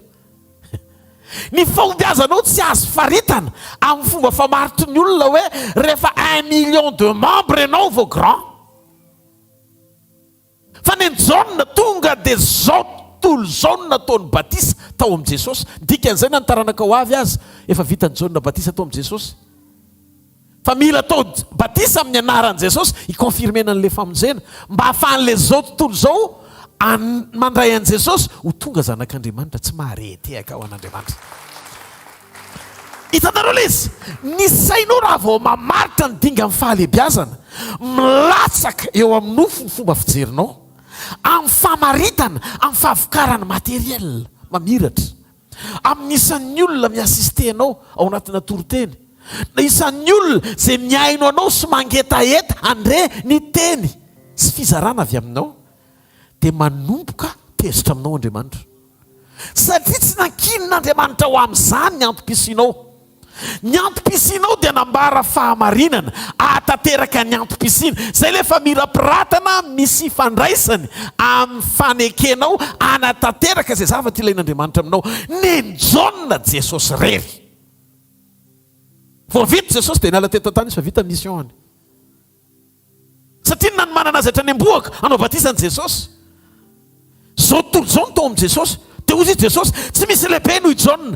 Andriamanitra no manomenao tenao amin'izay fanompona ataonao ao amin'Andriamanitra. Tsy misy asa fanompona kely fa ny kalita ao an'ny fonao, kalite an'ny toe-ponao eo am-panatanterana an'ilay asa heverinao fa kely. Ny problème fa ny zavatra rehetra kin'Andriamanitra aminao goavana daholo. Mahafantatra antsika ve? Fa ora sy aronany nitazona ny tanan'i Mosesy fotsiny fa tsy teny an-taninady. Fa nefa niankina tamin'ny fijoroan'ny ora sy arona mitazona tanana le fanompona. Teknisianina izy zany. Fa tsy evangelista akory. Ny tanan'izy roa lahy niazona ny tanan'i Mosesy niantoka ny fidirany zanak'Israely tany amin'ny tany Kanana. Ahoana ny fisehon'ilay izy? Raha midina ny tanan'i Mosesy ripaka hatramin'ny Josoa, nefa Josoa prévu apiditra. Tsy tafiditra Josoa zany raha ohatra ka tsy nanao ny asa ny ora sy arona. Ka misy zavatra ohatrany tsy takatry ny sainao mpanaovin'Andriamanitra. Atao veloana tsy misy fanazavana azy. Tsy mahare ka ao an'Andriamanitra. Atao veloana tsy misy fanazavana azy. Aza miandry an'Andriamanitra anazava fa ny obéissance anao izy fiatraikany amin'ny fiainany maro. Mety gaga ianao tonga any an-danitra hoe hitanao le nampanaoviko anao ohatr'izao iny ny fiatraikany iny ty vokatry ty. Rehefa any an-danitra tsika nanjavain'Andriamanitra an'ilay izy. Hozy izy ny tompo manazavatra olazaina aminareo be dia be. Fa misy ny ampitondraiko ny fanamasina anazavana izy ao anatinareo mba halalanareo ny marina dia ny ety ambony taninareo anampy anareo ny fijonareo sy ny fiombonareo amiko mandra-piveriko. Fa misy zavatra any an-danitra mihitsy vao hazavaina. Halleluja. Hitanareo ny zavatra zaraiko aminareo zao sombotsombony, tsy zavatra lalina be fa principe n'Andriamanitra teo am-pamoronana mba antsinantsika ty aoriana, amantarantsika ny karakteran'Andriamanitra sy ny toe-pony, afatsika miombona aminy eo amin'ny latabatra tsara androany. Tondro tsara hoe ny tanan'izay miaino androany. Teneny hoe vonona izay pastera. Halleluja. Hitantsika zany fa zay le izy. Zay ny zavatra tiany tompo tenenina. Ny fahazavanao zany ianao mety mieritreritra hoe namiratra be, nahazo laza be, nahazo voninahitra be teo am-pitoriana teny satria nahoana tonga daholo ny olona manetsy ny amanaliny amin'ny million ny eno anao. Fa ny zavatra tian'Andriamanitra ho hita tsy olona be dia be miaino anao fa fiovampon'ny olona maro miaino an'Andriamanitra. Azonareo ny maharatsy an'ilay hoe eto an-tany ianao dia efa mahazo voninahitra be, makamaka sombotsombony kely amin'ny asan'Andriamanitra. Tsisy nininainao zany fa na ianao koa aza mety tafiditra anatin'ny panika fa olona ihany rehefa mafy ny ataky. Ny tena marina men'Andriamanitra fahatakarana fotsiny ianao dia nisy fananam-potoniny ao anatinao. Zay le fiadanana avy amin'Andriamanitra. Na hafanao niatrika fahasarotana ny diran'Andriamanitra tsehatra nanova zavatra. Ny fanomezana sarobidy indrindra eo amin'ny fiainana dia ny fiovampon'ny olona anankiray nijoro ho an'Andriamanitra tanteraka. Ndaontsika ity an-tanana mafy be ho an'Andriamanitra. Jesosy nifantoka tamin'ny fanomezana indray. Ianao koa mila mifantoka amin'ny fanomezan'Andriamanitra. Faharoa, ny fiavahana na fisarahana, principe de la séparation. Ny Genesis toko voalohany matetika miverina foana ny verbe hoe créer ao amin'ny teny frantsay na hoe famoronana na koa namoron'Andriamanitra. Fa ny zavatra mahavariana dia zao, vakio tsara ny Genesis toko voalohany fa aorian'ny famoronana dia fiavahana na koa fisarahana. Ny hoe séparé amin'ny teny frantsay dia midika amin'ny teny hébreu hoe badal na hoe midika heviny anankitelo. Voalohany ny fisarahana dia mametraka, ny hoe couper na hoe manapaka, manavaka na hoe faire une différence na hoe manavaka. Dikany hoe manavaka dia avahan'Andriamanitra ny zavatra anankiroa ohatra hoe ny rano ambony sy ny rano ambany, ny aizina sy ny mazava. Na koa adika ihany hoe manokana na hoe fanokanana zavatra anankiray amin'ny hafa, mettre à part. Ny tian'Andriamanitra ho tenenina dia zao, rehefa miresaka izy mikasika momba ny fanokanana dia midika fanamasinana consécration. Fanamasinana. Manome antsika lesona tsara Andriamanitra amin'ny Genesis 1:4. Hozy izy Genesis 1:4. Genesis 1:4. Ary hitan'Andriamanitra fa tsara ny mazava ary nampisaran'Andriamanitra ny mazava sy ny maizina. Io zany zao ny karakterin'Andriamanitra anankiray. Après validation, il y a la nécessité de séparation. Dit aorina ny validation hoe mety tsara tonga dia nisy fanapaha-kevitra ampisaraka zavatra anankiroa. Toro tsara ny tanan'izay miaina. Toetran'Andriamanitra mihitsy ilay izy. Andriamanitra zany mahita fa misy fahatsarana mahazo aina. Raha vao manomboka mahazo aina eo amin'ny fiainanao ny fahatsarana, rehefa Andriamanitra manomboka mampijoro anao amin'ny fahatsarana dia mila misaraka amin'izao tontolo izao sy ny faharatsiany ianao. Tenena akaikinao toetran'Andriamanitra zany hoe. Ary zany nataony teo mpamorona hoe misy fifandraisana tsy maintsy tapahanao rehefa manaiky sy miombona amin'Andriamanitra ianao. Misy fotoan'Andriamanitra mangataka anao hiala sy hisaraka amin'izao tontolo izao sy ny fisiny amin'izay sy ny fiainany sy ny fanaony azafady. Tsy afaka miaraka amin'ny aizina intsony ny mazava. Misy fotoana tena renao sapanao fa Andriamanitra dia manery anao hiala sy hisaraka amin'ny namana na olona sasany aorian'ny fandrosoanao miaraka aminy. Misy karazan'olona tsy avelan'Andriamanitra miaraka aminao tsony. Misy toetra tsy maintsy hisaranao na tianao na tsy tianao, satria raha vao hitan'Andriamanitra fa tsara mazava tonga dia nampisaran'Andriamanitra mazava sy ny maizina aloha. Misy fotoana ianao renao sy sapanao mihitsy fa Andriamanitra maniry anao hiala sy hisaraka amin'ny namana na amin'ny olona sasany aorian'ny fandrosoanao miaraka aminy. Luka 7 jereo. Amin'ny Luka 7. Alléluia. Misy olona voatavy androany. Luka 7 9:20. Vakitsika amin'ny anaran'i Jesosy. Ary ny fanahy masina nidina teo amboniny ka ny endriny dia tahaka ny voromalala, ary ny fiovy tany an-danitra nanao hoe ianao ny zanako malala, ianao ny sitrako. Taoriana n'inona io? Taoriana amin'ny batisa. Vao vita batisa Jesosy dia jereo fa Andriamanitra tonga dia nanondro ny fiavahany amin'ny rehetrarehetra natao batisa teo hoe ity ny zanako malalako izay sitrako. Tonga dia ozy izy Andriamanitra hoe ianao ozy izy maintsy an' Jesosy ny zanako malalako izay sitrako. Fa maninona Andriamanitra nanao an'izany? Andriamanitra manome voninahitra sy nandray an'i Jesosy ary nanaiky an'i Jesosy. Taorian'ny fanoloran-tenanao Andriamanitra dia nanome voninahitra anao, nandray anao izy ary nanaiky anao ho zanany.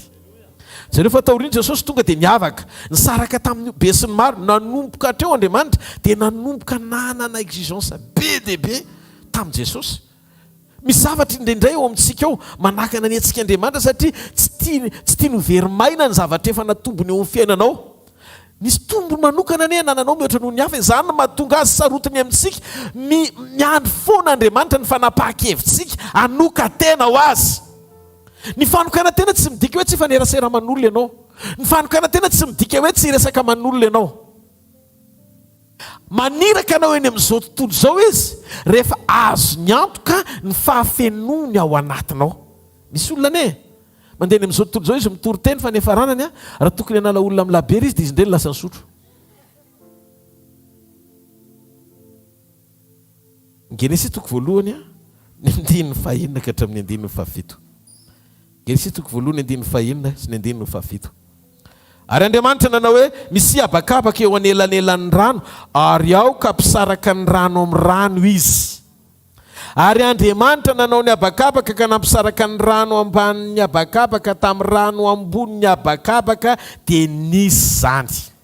Enoa mampisaraka ny rano ambony amin'ny rano ambany Andriamanitra tamin'ny fisian'ny habakabaka. Eto tsy mitovy amin'ny hoe mazava sy maizina. Raha ohatra Andriamanitra mampisaraka ny mazava sy maizina dia natiora tsy mitovy no nampisarana Andriamanitra mazava sy aizina. fa etondray Andriamanitra mampisaraka natiora mitovy samy rano nefa nysarahany ndray nataony any ambony ndray nataony aty ambany nareo ve tsy tonga say reo mpamakiana tenin'Andriamanitra misy remarika tokony hipetraka ohatr' izany fa maninona ohatry ny azoko antoka ihany hoe ary Andriamanitra nampisaraka mazava sy maizina normalna kozako mazava sy maizina aveo akambana natiora roa samy hafa fa eto Andriamanitra tapa-kevitra ampisaraka natiora anankiray H2O rano fa ndray nataony any ambony ndray nataony any ambany fa inona ny tian'Andriamanitra ho tenenina inona ny tiany tompo tenenina ny tiany tompo tenenina dia zao ny olombelona dia natioran'ny olona Andriamanitra dia any an-danitra ary ny olona eto ambonin'ny tany fa zao mahafinaritra ohatry ny rano nampisaran'Andriamanitra ny toerana misy ny rano ambony sy ny rano ambany fa mifandray ireo sy mifameno eno tsara l izy nidin'Andriamanitra naka ny endriky ny olona hitovy natiora aminao atao hoe Jesosy aveo izy niakatra any an-danitra rano eo akavana ohatrany hoe rano any an-danitra eo akavanany iray rehefa tonga isa taona miploui milatsaka ny orana dia zao velona ny rano any ambanin'ny tany marina sasatsy marina fa ny mahatakina ny rano mitondra mosarena ny tany rehefa miantona ny rano dia ohatr'izay mihitsy ny relationtsika amin'Andriamanitra nidiny Jesosy naka ny endriky ny olona mba ho natioranao any an-danitra azahoana antoka ny forotsaky ny fitahian'Andriamanitra ho fiainan'ny olona satria misy fiaraha-miasana natiora mitovy hitondra n'ilay famonjena nalainy ny natioranao mba hahafahany mamonjy anao amin'ilay natiora misy anao androany hitafianao ny natiora ny vaovao. Halleluja, halleluja. Zany hoe amin'izao fotoana izao zany mila fantatsika tsara fa tsy voatery hitovy ny fomba fiasan'Andriamanitra napetraka Andriamanitra ny fahasamihafan'le domaine sy le tontolo misy ny tsirairay. Jesosy any an-danitra ny faneho ny fanapahany fa efa ny ray sy ny fanapahany eto ambonin'ny tany ahafahany mampidina ny fitahim-panahy rehetra any an-danitra ho tonga réalité azo iainana eto an-tany. Noho ny fisianao eto ambony tany dia nataonao anatinao ny fanahany ho mpanampy anao ary ny fanahy masina dia manampy anao ny teny tsy haitononona hivavaka ao anao eo anatrehany indray izay le teny tsy fantatra. Alleluia. Dia ohatsy izy ny fanampy ny fanahy masina zany mahatonga antsika manampy antsika hiantso ny anaran'i Jesosy. Rehefa tononontsika amin'ny anaran'i Jesosy ny zavatra anankiray na fiainana io na vahaolana ninona ny ilayntsika dia zao hozy Jesosy za ndray eo akavanany iray mifona ho anareo. Tsika zany mananantoka anankiroa misy olona ohatranao natiora mitovy aminao eo akavanany iray ianao hovainy ao anaty fanasan'ny tompo ety ambony tany hitafiny natiora ny tahoriny fitsanganana mba hanomanana ny fidiranao ao aminy rehefa hiverina pakatranao izy hitoetra ao aminy mandrakizay tsy mahareteka ao an'Andriamanitra. Halleluja. Misy zany ny domaine atao hoe lanitra ary misy ny domaine atao hoe tany. Mitovy aza ny natiorantsika sy ny tompo dia misy eto tany ary misy mijanona ny an-danitra amin'izao ary mahavariana ny ranonoran'Andriamandeha mavita ny tany maharitra zany hoe zay kely avy any an-danitra dia maharitra eto tany fa raha midiny ny lanitra moramaina ny tany. Zany hoe ny fiainany tany zany dia misy ifandraisany amin'ny fiainan-danitra rehefa eo akavanany iray Jesosy. Inona koa ny tiany tompo tenenina amin'ilay natiora mitovy? Raha mijery amin'ny samy olombelona mety hoe natiora mitovy ny olona rehetra fa samy manana ny destinéany na ny anjara voatendrany. Tsy tokony ifampialina fa samy misaotra an'Andriamanitra amin'izay toeram-panompoana ny misy azy. Mila mijoro fotsiny amin'izay ilan'Andriamanitra anao fa ny zavatra rehetra misy eto amin'ity tany ity nataon'Andriamanitra samy hafa ilay izy mba hifameno. Andriamanitra nametraka anao amin'ilay toerana sy asa fanompoana misy anao. Zany ihany koa no mamaritra ny fiantraikanao sy ny fihitaranao hitondra ilay natiora iombonantsika amin'Andriamanitra toerana roa samy hafa nefa ny afaka hifameno tanteraka misy atsika na samy eto ambonin'ny tany azy. Tsy resaky indray mikasika momba n'ilay hoe fifandraisana amin'ny lanitra eto isika samysika. Mila vitantsika ny mitondra ny natiorantsika amina toerana samy hafa mba ahafahantsika mivelatra. Ohatra misy ny sasany nataony amin'ny toerana anankiray lavitra misy ny sasany natao omby any amin'ny toerana anankiray tsy voatery ho takatrao fa le fivelarana itondran'Andriamanitra dia fahatsika mitatra tsara sy maneho ny fahatsaran'Andriamanitra amin'ilay antom-pisiana sy fahatsarana efa nataony ao anatintsika. Zay le tiany tompo tenenina hoe nampisaraka ny rano samy rano Andriamanitra. Andiny fasivy ao amin'ny Genesis toko voalohany. Ary Andriamanitra nanao hoe aoka iangona ny rano eny ambanin'ny lanitra eo amin'ny fitoerana iray ary aoka iseho ny tany maina dia nisy zany. Inona ny tian'Andriamanitra ho tenenina? Na teto tany ary zany dia tonga dia nangonon'Andriamanitra indray ny rano ao ambany mba hahafahan'ny tany maina miseho. Tamin'ny voalohany rano nameno ny tany dia sary natao ny tany maina. Zay amin'izay zany dia tsy mahita tany maina zany fa Andriamanitra nampisaraka ny rano ambany mba hahafahan'ny tany maina mivoaka.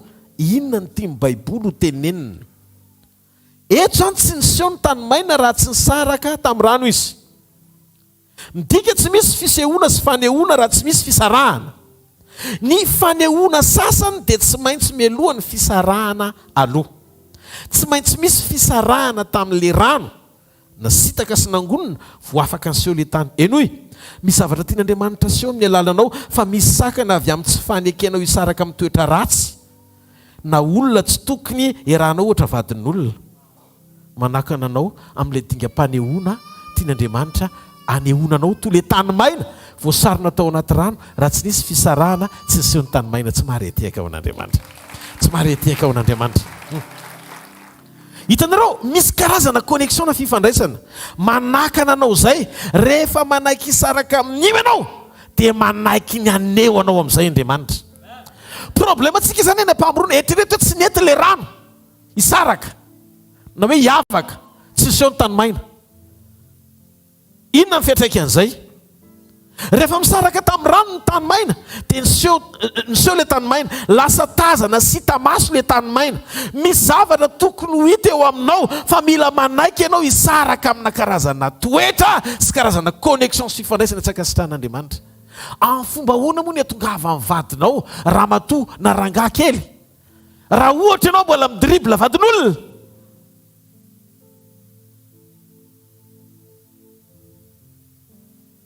eno le izy.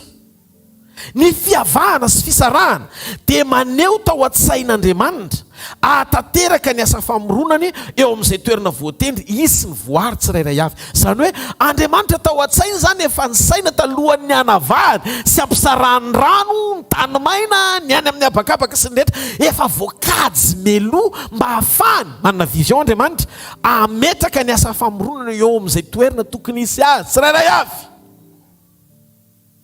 Ohatra, tao an-tsain'Andriamanitra avokoa talohany nampisarahany zavatra rehetra ny hoe amorona trondro izy. Noho izany ny trondro tsy velona eo ambony tany maina fa atao any anaty rano. Tsy mahareteka ho an'ny tompo. Amorona biby izy, amorona hazo izy. Ny hazo sy ny biby tsy velona ao anatin'le rano le tany maina mbola miafinao fa tsy maintsy eo amin'le tanety sy tany maina ny anaovana azy satria vovoka ny angany. Te ametraka ny zavatra rehetra amin'ny toerana Andriamanitra matoa nampisaraka ny zavatra rehetra tsirairay avy fa tsy navela ny ombona ao anatina toerana anankiray avokoa izy rehetra rehetra. Noho izany misy karazam-pisarahana takian'Andriamanitra mba hatateraka ny programany. Dia ndao ny tsy hisainy impiry izay Andriamanitra ny teny taminao ty toetra ty ny problemanao fa ianao tsy mety miala amin'ilay izy mihitsiny. Dia ozy ianao rehefa avy eo Andriamanitra tsy menao tsony nefa ianao tsy te hiova. Ny prinsipa mpamoronana mametraka fa raha tsy nisy fisarahana tsy nisy fahavokarana. Sakana ho amin'ny fahavokarana sy vokatra ny sy fanekenao hisaraka amin'izay tokony hisarahana. Mety misy toetra ho tian'Andriamanitra amboarina, mety misy toetra ho tian'Andriamanitra esorina fa voafaka iny tonga amin'izay ilay fahavokarana. Noho izany mba meteza re. Halleluja. Zavatra nafinaritra tamin'Andriamanitra dia izao. Ny telo andro voalohany Andriamanitra amin'ny Genesis toko voalohany dia namorona ny ivon'ny fiainana. Zany hoe nanomana toerana ho an'ny voary rehetra fotsiny izy. Rehefa mipoitra ny tany maina dia nilain'Andriamanitra ny fipoirana satria avy ao nisehondreo biby rehetra sy ny hazo rehetra. Toy izany koa ny trondro avy ao amin'ny rano. Rano samihafa no nipoiran'ny trondro.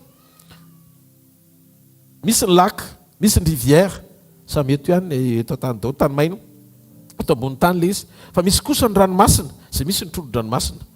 namboatra ny toerana sy namboatra toerana sy zay zavatra vonin'Andriamanitra aloha hitoerana zay zavatra ho foroniny. Dia zay natonga azy maiky ny ampisaraka. Hitanareo, Andriamanitra tena misy zavatra izy aloha tsy tonga dia misy zavatra zany mahatonga anao tsy velona zany, mahatonga anao tsy ela velona, dia satria misy zavatra tokony hisarahanao mba hahafahan'le fiainanao ho voatahiry. Fa Andriamanitra efa nampisaraka an'le toerana tokony hisy anao sy nisy nitrondro.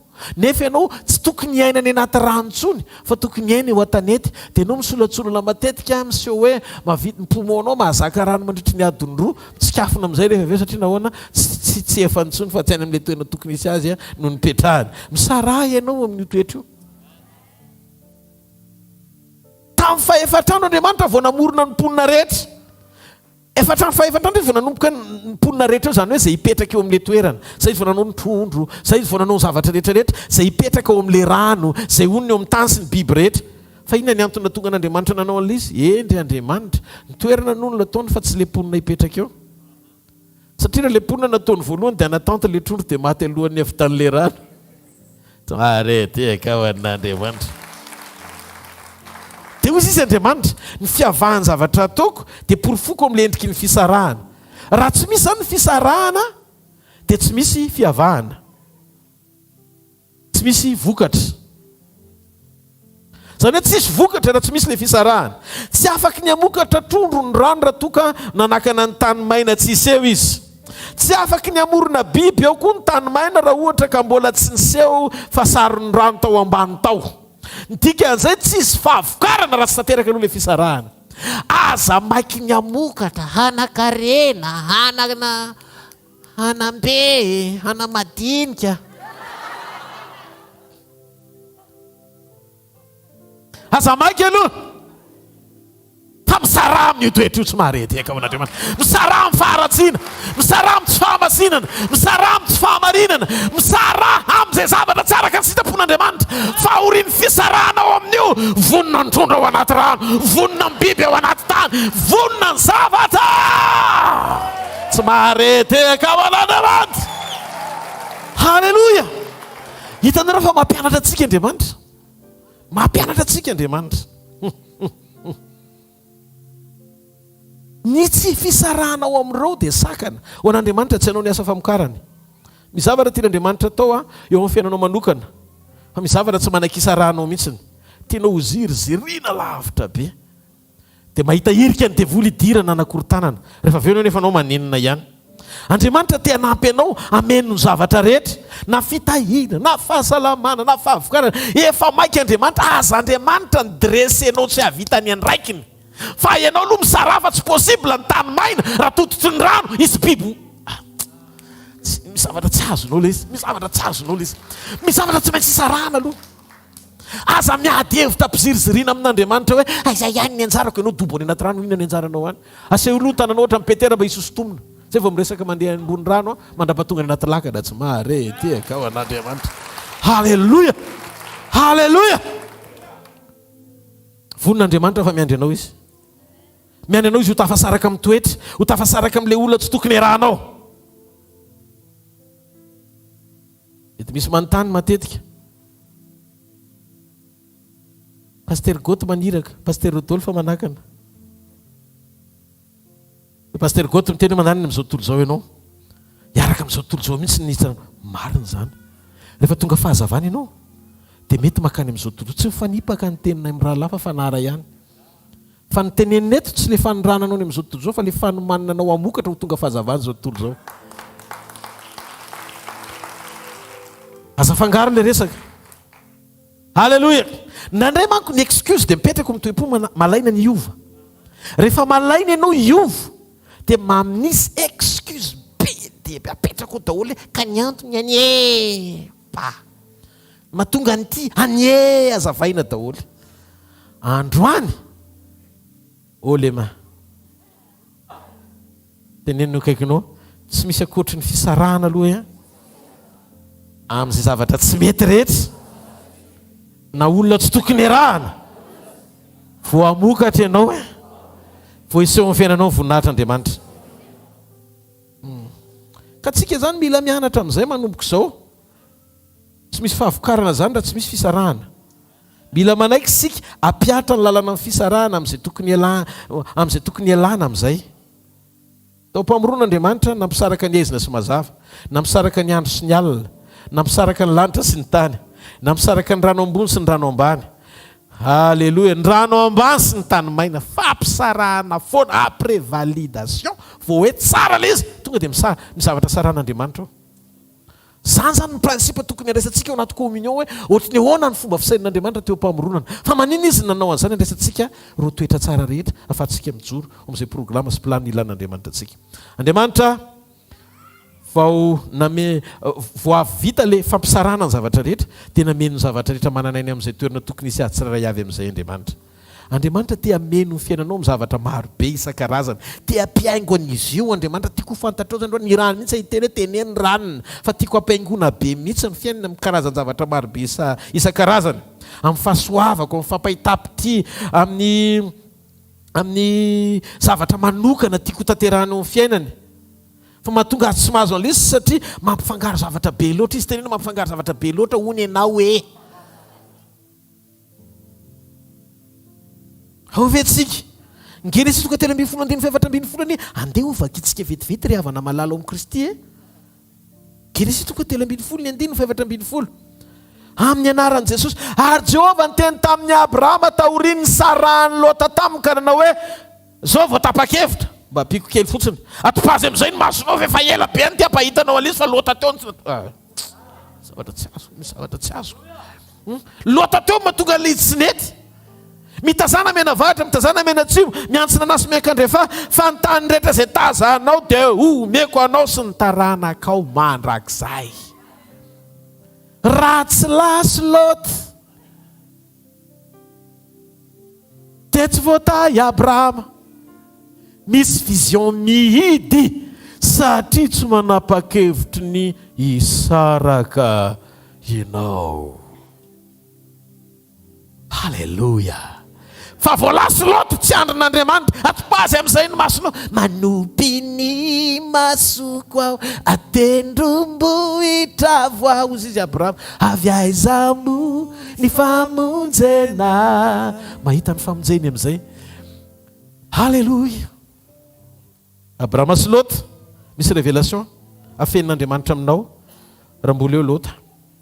Rehefa tafasaraka ianareo sy Lota, voasokafan'Andriamanitra ary ambarana ny Abrahama amin'izay tokony amin'izay ty amin'izay ny tokony ty ny tokony anao, ohatry ny efa maika be fianao ihany mbola mijanonjanony eo. Misy révélation sy fitarana zany tian'Andriamanitra seho, fa tsy afaka izy satria isika tia mifangaro loatra amin'ny karazana faharatsiana be dia be. Misy connexion tsy mety amin'Andriamanitra fa mila isarahanao, miangavy ianao mba ahafan'Andriamanitra mitondra anao andeha lavitra miaraka aminy. Elao le izy. Mila mianatra isika isan'andro miaino an'Andriamanitra amin'izay. Mila mianatra isika isan'andro mora tarihana amin'izay. Korintiana faharoa toko fahaenina andiny fafito ambin'ny folo ka hatramin'ny favalo ambin'ny folo. Baiboly dia milaza andao vakitsika kely. Korintiana faharoa toko fahaenina andiny fafito ambin'ny folo. Ko mivoay ao aminy ianareo ka misara amin'io Jehovah, ary aza manendry izay zavatra tsy madio, ary za dia andray ianareo, ary rorainareo ary ianareo zanako lahy sy ho zanako vavy. O Jehovah tsy to, misy teny miantsoantso be mihitsy eto androany, te hiteny Andriamanitra hoe misara ianao amin'io. Tsy haiko le izy le izy. Fa raha vita mariasy nareo dia aza misaraka.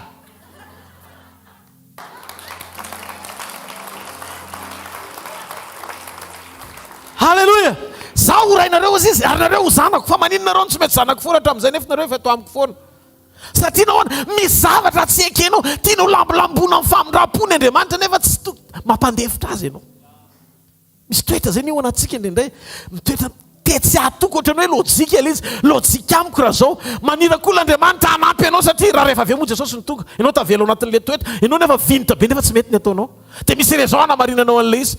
Raha ohatra ka mety ilay izy tsy tokony hatafotoana akory. Vérité ihany no blessé. Sokasoka loatra ianao pasteur Rodolphe. Oui, sokasokaiko ianao satria tiako koa aingana be ny fanenanao amin'ny tompo amin'ny fotoana iverenana. Ho aiza moa tsika aloha e? Ho ao amin'ny ray. Amen. no zany mila miova aingana tenena mila miova aingana osy izy io mijery mi toko fa 5 ary mbola milaza izy apetraka ambavanao ozy izy ny teniko rehefa hainao manavaka ny tsara sy ny ratsy rehefa hainao manavaka ny tsara sy ny ratsy ary isaraka amin'ny zava-dratsy ianao ozy izy koa izao lazany Jehova raha iveriny ianao dia ho raisokindray ka dia hitsangana eo anatriako ianao ary raha manavaka ny zava-tsy ho hiala amin'ny zava-poana ianao dia ho solombavako fa tsy hoe ho volombavako akory anantona anao ndray reny fa tsy ianao no anantona azy hitanareo amin'izay rehefa solombavan'Andriamanitra ianao manan-kianavaka ny tsara sy ny ratsy mandeha amin'ny sitrapon'Andriamanitra dia zao misy zavatra tadiavin'ny olona fa sain'Andriamanitra mitady ianao anaraka anao ny fahasoavako anaraka anao ny famindram-poko satria ao amin'ny programako sy planiko ny antom-pisinao tsy maharetiaka mafy be ao an'Andriamanitra amaraparantsika principe fahatelo ny principe ny importance sy ny grandeur na ny mahasarobidy ianao mazava-dehibe anao sy ny fahalehibiazana ao anatinao keny sisy toko voalohany rehefa hanamorona tao anatin'ny eninano Andriamanitra dia namorona ny zavatra sasasasany be dehibe vita ny zavatra rehetra tao anatin'ny enemana hatramin'ny olona tamin'ny fito andro izy nitsahatra ny farany asa famoronana rehetra nataon'Andriamanitra dia ny olona ny farany ary Andriamanitra dia tia ny olona sy nanao azy mendrika indrindra ambonin'ny zavatra boary rehetra izay nataony ny olona ny sarobidy indrindra iza hoe sarobidy indrindra ny olona tamin'ny voarehetra izay nataon'Andriamanitra dia ny olona rehetra nataony ho tahaka ny endriny tsy vorona tsy biby tsy trondro fa olona raha izao dia tokony hoe ny olona nataony voalohany raha za zany izy dia hoe ny olona nataoko voalohany satria ilay nataoko voalohany ny tokony hoe tsara indrindra satria nataony voalohany mihitsy fa maninona andao ny tsika isainy nataon'Andriamanitra voalohany io ny olombelona mba hahafahan'ny olona mitazana mba hahafahan'ny olona mianatra leadership fitariana ohatr'izao namoronako ny ana ohatr'izao namoronako ny ana ohatr'izao zay le mateneniko anareo Andriamanitra ho hatrany am-boalohany hatrany am-pahamoronana izy tsy mitady professionnel ho ampiasaina fa mitady amateur miankina aminy amen inona ny zavatra nataon'Andriamanitra Andriamanitra tsy namorona olona ho assistant hoe hanotrona azy fa Andriamanitra nanao ny olona hotroniny misy zavatra tsy azo asanazonareo lesy Andriamanitra tsy namorona ny olona hiassiste azy fa Andriamanitra namorona ny olona ho assisteny dikan'izay ianao mila mifanampiny fa tsy ianao mipanampy azy zay mahatonga mifanamasina tsy hoe ianao hanampy mifanamasina fa izy ny directeur fa ianao mila mifanampiny satria tsy mahavita ninina ianao raha tafazaraka aminy ndatsika ity tanina mafy eo an Jesosy mpanjaka ny mpanjaka sy tompony tompo halleloia tandremo fa ny lahara-pisehoana ao amin'Andriamanitra dia tsy voafetra an'izay ny lahara amin'ny asarobidy ny asarobidy zavatra anankiray dia tsy voatery iseho amin'ny lahara-panehoana azy ny olona ny farany indrindra fa izy ny sarobidy indrindra ny olona ny vita farany kanefa ny olona ny mpanapaka ny voary rehetra mety maro no efa tonga teo dia nivoaka nandao anao misy ny tonga dia mbola misy ary ny anapa-kevitra fa zay koa hiala rehefa kelikely fa tadidio le farany indrindra ny fiainanao ny tsara indrindra satria izay maharitra indrindra no atao hoe matotra indrindra dia hozy izy Joba ny Joba toko fa 7:5 zao nolazainy Joba zavatra anankiray fantatra tsy zavatra hitany masoko fa ianao relifaza mahadomity sady mivoaka ianao tena izy rehetrarehetra tsy tadidiko tsony anarany izy telo lafotry ny hafahafa zay fa tsy ataoko anaranjanako aloha dia izy telo lahy reo zany tonga teo amin'ny Joba daholo samy laza izay tiany ho tenenina manodidina ny lazany lazainy zava-misy ny lazany lazainy fa zao ny lazainy Joba misy zavatra anankiray fantatra Andriamanitra dia Andriamanitry ny farany ny olona no nataony farany nefa mpanapaka ny voary rehetra ary izy nijoro ao aparany dia tsy maintsy miova ny zavatra rehetra velona mpanafitra ary fantatra tsy fanamparana izy ijoro amin'ny vovoka Joba toko 7:5 maro mijoro mitondra ny hevitry ny fitsarany sy ny zavatra rehetra tiany lazaina ozy izy Joba fa ilay mijoro any aparany no andrasako fa rehefa mijoro izy tsy maintsy mifarana ny ady vita ny zavatra rehetra manonona hafa na firina ndrava zay zavatra mety nitranga teny amin'ny fiainanao tany amin'ny lasa izy farany io fa ny omeganao dia tsara lavitra noho izay zavatra lalovanao androany ny zavatra hita maso androany obje azo ovaina fa ny omega amin'ny fiainanao le mandrakizay ny andohanao izy ny jesosy mpanjaka ny mpanjaka sy tompony tompo Alléluia. Izy fahatsarany io tokantranonao io. Izy milaza aminao fa le tabataba kely androany no midika fa ho ratsy fiafara amin'ny fiainanao amiratra mihoatra lavitra no mitatao vovonana io na ohatry ny sendra mody manjombona azy ho tonga tahaka ny maraina ary ny teny mpiainana rehetra zaraina eto hitondra vokatsoanao eo amin'ny fiainam-panahinao eo amin'ny âme eo amin'ny corps eo amin'ny fiainanao ray manontolo amin'ny anaran'i Jesosy. Alléluia. Alléluia. Misy ny toerana voasoritra melohanao. Voasoritra meloha fa miditra ny fotsiny ianao. Eliane amin'ny mpanjaka voalohany tokoa 20 andiny faraika amby efapolo ka hatramin'ny fahinina amby efapolo ohatry mody variana teo am-pivavahany zany iabany nalefa aloha any Jezirela fa mbola Eli ihany ny tonga aloha. Mety tara ny fahitanao anao fa rehefa miaraka amin'Andriamanitra re mahereza. Hitanareo ahodikodoka dia volonao hijery ohatry ny mety zany ny fiainany ihany na ohatry ny mahafinaritra fa ny anao matona nampahitananao azony atao amin'ny fiainanao ary mihoatra lavitra noho izay nampahitananao nefa nomanino anao avy alao ahaba andeha aloha fa Eli ihany tonga aloha fa tsy izy zany satria izay tonga aloha dia izay manana ny tanan'Andriamanitra hoeriny tsy marety Andriamanitra. Misy ramatoa anankiray tsy niteraka 10 taona sa 12 taona mivadina ry zareo. Nandritra ny 12 taona tsy niteraka. Hery taona amin'izay taty aoriana niverina. Pastero, le teninao tamin'izany 10 taona lasa ankehitriny dia ho tazanay. Fa maninona? Ny fanesany ety izy pastero. Voalohany kambana 3, faharoa kambana 2 ary ny fahatelo kambana. Ay ny mahatonga lezy ohatry miatoato itobaka le izy pastera. Dikan'izay izay tsy vitany nandritry ny 15 taona nataonay 3 taona. Dia afy ianao mafy an'Andriamanitra. Tsy maro dia fiamaritana ny zavatra hitrangatoato le zavatra niseho hatramin'izay. Alléluia. Teneniny akaikinao any aparany hoe miova ny zavatra rehetra.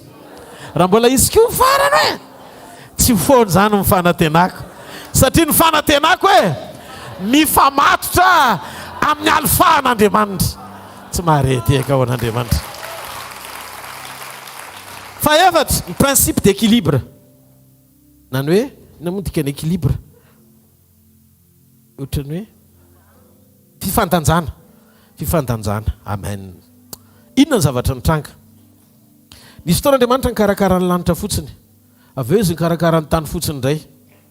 Dia avy eo tetery Andriamanitra hoe sady misahirana izy tamin'ny lanitra nisahirana izy tamin'ny tany. Voalohany aloha profesia vitan'Andriamanitra sady misahirana aminao misahirana amin'ny hafa aloha. Amen. Tsy hoe ny hafa reny no isahirana ny fahinao koa. Rehefa vita ny olona tamin'izy namboatra ny olona amin'izay dia zao no nataony.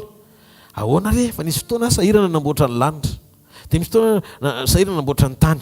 Ny olona nataoko farany nefa ny olona ataoko mpanapaka ny zavatra rehetra izay nataoko. Dia ozy izy Andriamanitra atao amin'ny olona amin'izay no ifanoroka ny lanitra sy ny tany. Nalain'Andriamanitra mivovoka niditra avy any an-danitra Andriamanitra nanisy fofinaina. Dikan'izay ny équilibre afeno fepetry tao anatin'ny famoronna dia amin'ny olona. Zavatra tsy azon'olona izy. Raha azonao dia mitehaka mafy be anao an'Andriamanitra. Zany hoe tsy nisahirana tsony Andriamanitra tany an-danitra dia hoe nataony niavaka ny lanitra sy ny tany fa teo amin'ny olona nidina ny lanitra fanoroka tamin'ny vovoka tonga ny olona. Zany hoe nifandray tao amin'ny olona le fahafenona tao anatin'ilay asa nameno ny fepetra rehetra ilain'Andriamanitra ahasoa ny voary rehetra. Feno ny fepetra tamin'ny famoronana.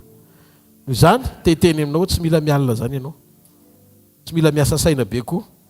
Maneke fotsiny hoentin'Andriamanitra satria miditra tsika ao amina saison anankiray isehon'Andriamanitra amin'ny fandanjalanjana ny zavatra rehetra. Ary Andriamanitra efa nanomana antsika mba hifankazatra aminy. Ary efa mifankazatra aminy tsika dia natao ekeny zavatra rehetra. Fahadimy ny principe farany dia hifarana amin'izay ny toroteny fa sao lava loatra dia ny endriky ny sary. Andriamanitra rehefa nanao ny olona dia ho tahaka ny endriny. ary Andriamanitra tonga dia afa-po be ny tsahatra izy satria nahoana milaminy edena vita ny olona. Tsy napozin'Andriamanitra mihitsy no hivadika tamin'ny olona fa vao mivadika tamin'ny olona tsy nakatoa azy dia very ny sariny. Dia zay mahatonga an'Andriamanitra zany mandraka androany mitady sary very foana izy. Rehefa nanontany zareo hoe mety ve ny andoavana hetra amin'ny Kaisara sa tsy mety? Dia izy Andriamanitra sarinizy aloha ny tananao dia soratra izy Kaisara. Dia izy Andriamanitra avereno amin'ny Kaisara ny sariny dia avereno any amin'Andriamanitra koa ny sariny. Tetezana izy ianao ny alohan'ny miteny io sarin'Andriamanitra ianao tokony hiverina fa zao ny sarinao zao io sarin-devoly. Noho izany misy sarin'Andriamanitra fa tokony haverina amin'ny tompony. Dia ny sarin'Andriamanitra haverina any amin'ny tompony fiainam-pahamasinana, fiainam-pahamarinana, fiainana feno fanetretena ireo vokatry ny fanahy. Tsy mahareteka ao an'Andriamanitra. Saika efa voaforona amin'izay ianao zay amen. Dia ao anaty communion amin'izay tsika. Zay aloha tsangano eo mitoerana misy ianao afafany amin'ny lanitra ny tananao.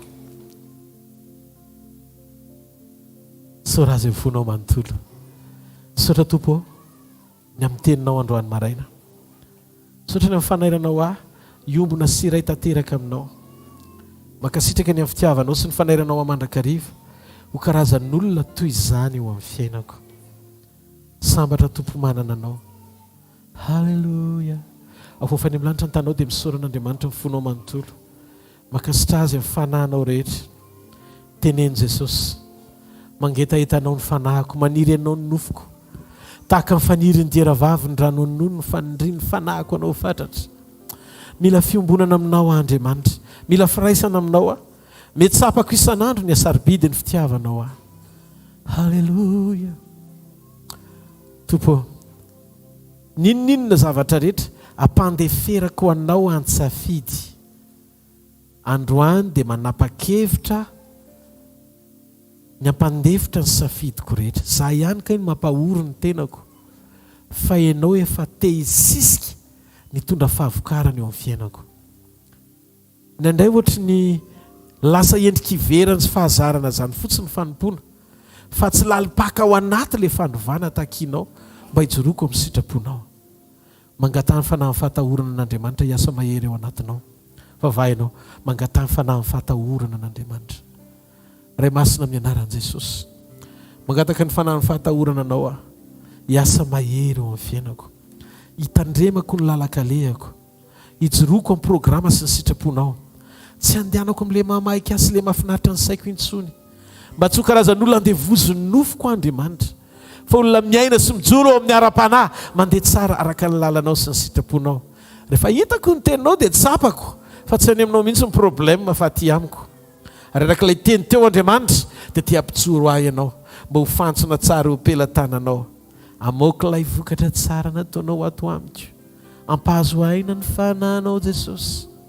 Atoloro mombanao manontolo mba ho fantsona morotary amin'ny fanahy sy ho fienono ny fahatsarany. Angatao amin'Andriamanitra tia ny tenako Andriamanitra. Atolotro fantsona tsara sy mendrika eo ampelantananao, eo ambany fitarianao, eo ambany fitondranao. Halleluja. Jesosy milanao zay androany maraina. Tena milanao zay. Ianao ny ilainay Andriamanitra. Aoka ny herinao sy ny fahasoavanao anapaka sy anjaka ary iseho mahery ao anatinay. Ny fonay sy ny mombanay manontolotolotra ianao androany. Manjaka ato anatinay fa milanao zahay. Fa tsy volamena sy volafotsy ny nanavotanao anay Andriamanitra. Fa tamin'ny raha sarobidy, tomba mbidy ny ainao. Mba hahafahanay misitraka ny fisianao ao anatinay. Amora ny fanovana ao anay hitovy endrika aminao amin'ny fotoana isehonao eny amin'ny rahamanlanitra. Mba tsisy ho tavela zao fiangonana be dehibe zao Andriamanitra. Fa zahay sy ny ankonanay dia anompo anao mandrakizay zay ary fakahita aminao. Ovay tompony toetra anay. Halleluja. Ry zaza-piodina mba miverena antsoiny iray. Isika ao ambali ampotsy terena indreto izay.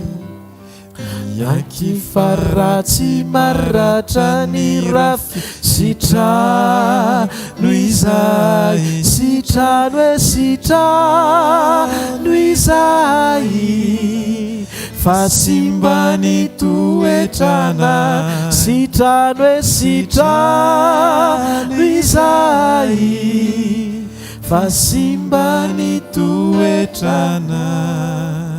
Mino tompo fa sitranao ny toetranay tsirairay avy androany. Mino tompo fa mifananao masina efa manomboka manao opération anatin'ny fanana ao. Mena antsafidy alalaka ny fananao masina amboatranay ho ilay karazan'olona tena mety aminao. Ny mampahory ianao tsy ny olona ao anaty fahantrana hita maso. Ny mampahory ianao ny olona tafasaraka aminao. Androany tompo aoka isy fiombonana vaovao indray. Tena iombona amin'ny fahamasinanao zay. Ametraka ny fahamarinanao lara-pamena. Mora iaino anao fa tsy iaino nofinay. Hatramin'izay bitika sy kely indrindra dia tianao hovainy zay. Atratra ny endriky ny fahataterahanao feno. Voninahitra ny eo anao rery mandrakizay Jesosy. Amin'ity maraina ity tiako raha iombona amin'ny tompo tanteraka ianao. Raiso ny mofo. Tamin'ny alina izay namadia anazy Jesosy dia nandray ny mofo dia ozy izy hoe tia ny tenako izay vakiana ho anareo. Zao anao tao fahatserovana. Nao tsika hisotra ny tompony amin'ny tenany izay ho ao anatintsika amin'ny endriky ny mofo tonga nofo misora azy. Misotra Jesosy.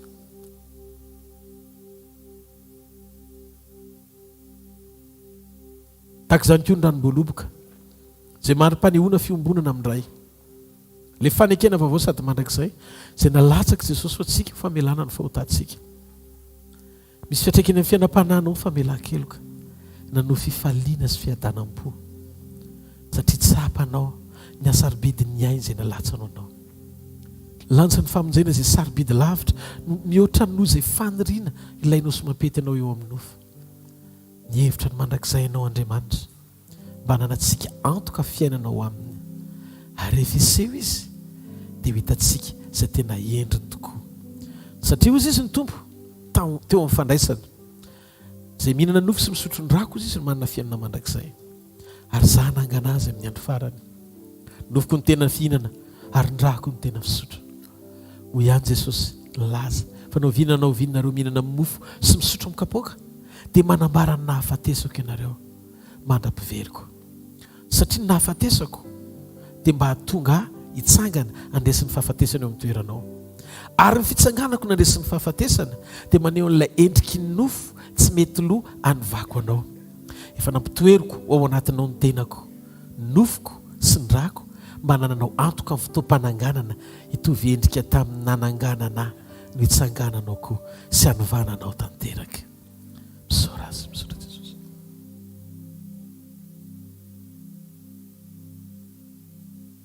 Saino a fa raha ina hovana tanteraka aza vitany amin'ny fotoana ny eno'ny trompetra. Miasa ao anatinao ny nofotry Jesosy sy ny rany amin'izao fotoana izao. Raha tranolay mbola ho ampiasaina ianao ho karakaraina. Mahita mifana masina manaisotra ny haingo-trano tsy mety rehetrarehetra sy tota ao dia solomy vaovao amin'izay. Satria tena toerana vatana trano fanahy hitoeran'ny Kristy ao anatinareo amin'ny fahafenony. Avofany amin'ny lanitra ny tanao dia misora azy ny amin'ny fanasitranana, misora azy ny amin'ny fanafahana, misora azy ny amin'ny famangina androany. Halleluja! Sotra Jesosy. Mendrika anao ny dera sy ny voninahitra, mendrika anao ny fitsaona sy ny fahatsarana, ny fahamboniana, ny fahalebiazana anao rery mandrakizay. Ty hafa mafy be ho an'Andriamanitra. Mahazo toerana vetivety anao fanatritsika ho an'ny tompo. Aorinan'izay sy ny filazana dia irositsika avaka miaraka sy fiankofana. Alleluia. Alleluia. Tonga amin'ny fotoana mifanatitra sy ny ampafolo-karentsika raha misy construction dia ataovy anaty valopy dia asivo marobola dia raha sitraka ao dia asivo anaranao. Alleluia. Reny mandeha reny mifanatitra dia ataovy ao izay nomaninao an'ny tompo. Alleluia. Fotoanantsika amin'ny herinandro latsinainy talata larobia latsinainy sekoly fanasitranana ao amin'ny super U Analakely deuxième étage Shoprite taloha io. Latsinainy amin'ny 7 maraina hatramin'ny 8 sasany tonga avy ianao. Alleluia. Talata maraina sekoly famana olana amin'ny 7 hatramin'ny 8 sasany amin'ny toerana tsy miova super U Analakely deuxième étage. Ary larobia sekoly tokantrano amin'ny 7 hatramin'ny 8 sasany super U Analakely toerana tsy miova, fotoana tsy miova, Jesosy tsy miova, Andriamanitra tsy miova, ianao mila miova. Amen. Amen. Zoma, amin'ny zoma dia eto amin'ny tranom-pokony Analakely ny fotoanantsika manomboka amin'ny 4. Zoma fanotronana izy io Sabotsy dia misy programma tahaka izao misy sabotsy maraina eto ihany ny fotoanantsika. Sabotsy maraina amin'ny 7 fa ny après-midi dia miaraka amin'ny vers 900 tsika. Lahady sabotsy après-midi miaraka amin'ny New Cold. New Cold ao amin'ny Saint-Michel amin'ny roa sasany. Amin'ny roa sasany ao amin'ny Saint-Michel ao amin'ny Jacaranda. Miditra ao amin'ny Saint-Michel ianao dia ao amin'ny roa sasany. Tsy misy vidim-pidirana moa io tsy misy vidim-pidirana. Dia tsy misy vidina fivoahana koa fa mila tonga ianao. Dia ny lahady amin'ny roa ao amin'ny skate park ery Akady fotsy ao amin'ny piscine ao amin'ny Sangro taloha zany. Amin'ny roa sasany tsy misy vidim-pidirana koa io fa misy tapakila kosa alaina atsy amin'ny varavaranatsy alaina eo amin'ny tonton ery rehefa avy eo. Alleluia. Dia tongava andaontsika hifanotrona fa mino ako fa fotoana ahafahantsika hitahian'Andriamanitra antsika tsirairay avy sy fotoana fiankofana sy fiderana mahafinaritra be daholo ireo rehetra ireo. Dia izay ny fotoanantsika aza tonoana ny manaraka tsy tapaka mamerina mihaino andreny toriteny ireny misaintsaina an'ilay izy ary indrindra mamadika an'ireny teny voaraintsika ireny ho tonga fiainantsika fa misy zavatra tsy maintsy hisarahanao. Amen. Misy zavatra tsy maintsy hisarahanao mba hahatonga ilay fahazavana hamiratra eo amin'ny fiainanao. Mila tonga fiainan'i Jesosy ny fiainanao. Jesosy izy mpanompon'Andriamanitra teo tsy maniraka anao tonga dia hitoriteny aloha fa ny fiovanao eny ianao dia izay amin'izay vao manatanteraka le tenenin' Jesosy hoe mandehana eny amin'izao tontolo izao. Ny mpianatra no irahan'i Jesosy makeny amin'izao tontolo izao fa rehefa tsy mpianatra dia mila tonga mpianatra Jesosy aloha izay vao afaka mandeha mitory an' Jesosy. Amen. Amen. Alleluia. Efa reny ny box reny vao tonga eto reny dia ahindritsika etra amin'ny makeny amin'ny box ny tanantsika dia ndaontsika hiara hivavaka ho an'izany. Raha sitraka ao dia ahinjiro maketo amin'ny reto box reto ny tananao. Raha amin'ny anaran'i Jesosy mankasitraka anao izay. Misaotra Jesosy ny amin'ny fitiavanao sy famindramponao. Tsy misy eto amin'ny fiainanay Jesosy vokatry ny herinay, tsy misy vokatry ny tanjakay, tsy misy vokatry ny ezaka nataonay. Fa zahay ny toy izao Jesosy dia no famindramponao. Ny rehetra eto amin'ny fiainanay Jesosy dia no ianao irery ihany. Jesosy mamerina ny amboara-pandresena eo aminao izay. Tsy misy avy aminay ary avy aminao ihany Jesosy no nangalanay hanomezana ho anao mba ho tonga fanahin'olona marobe ho voatahiry amin'ny fotoana izay isehonao eny amin'ny raha ho any lanitra amin'ny anaran'i Jesosy Kristy avy any Nazareta. Amen. Andaontsika hitehaka mafy ho an'i Jesosy.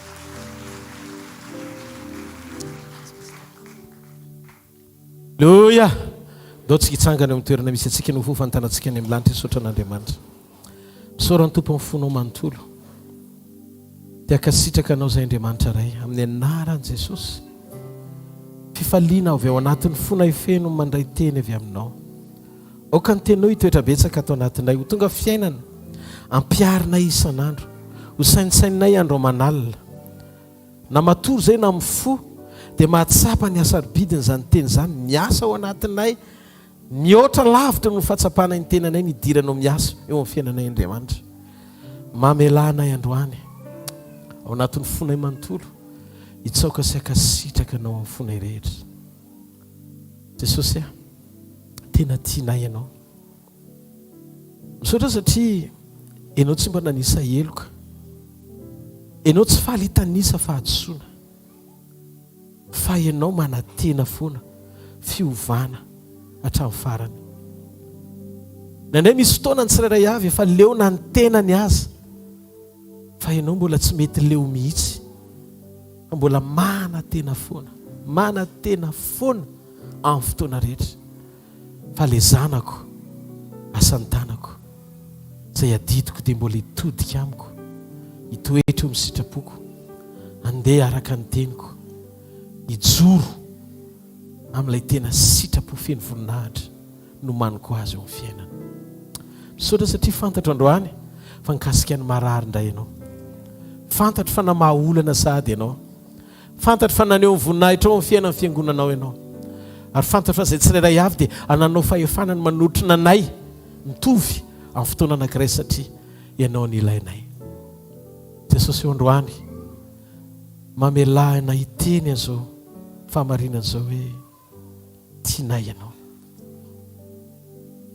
Anio maraina nefa aho tsy angataka aminao, dia ilaza fa tiako ianao,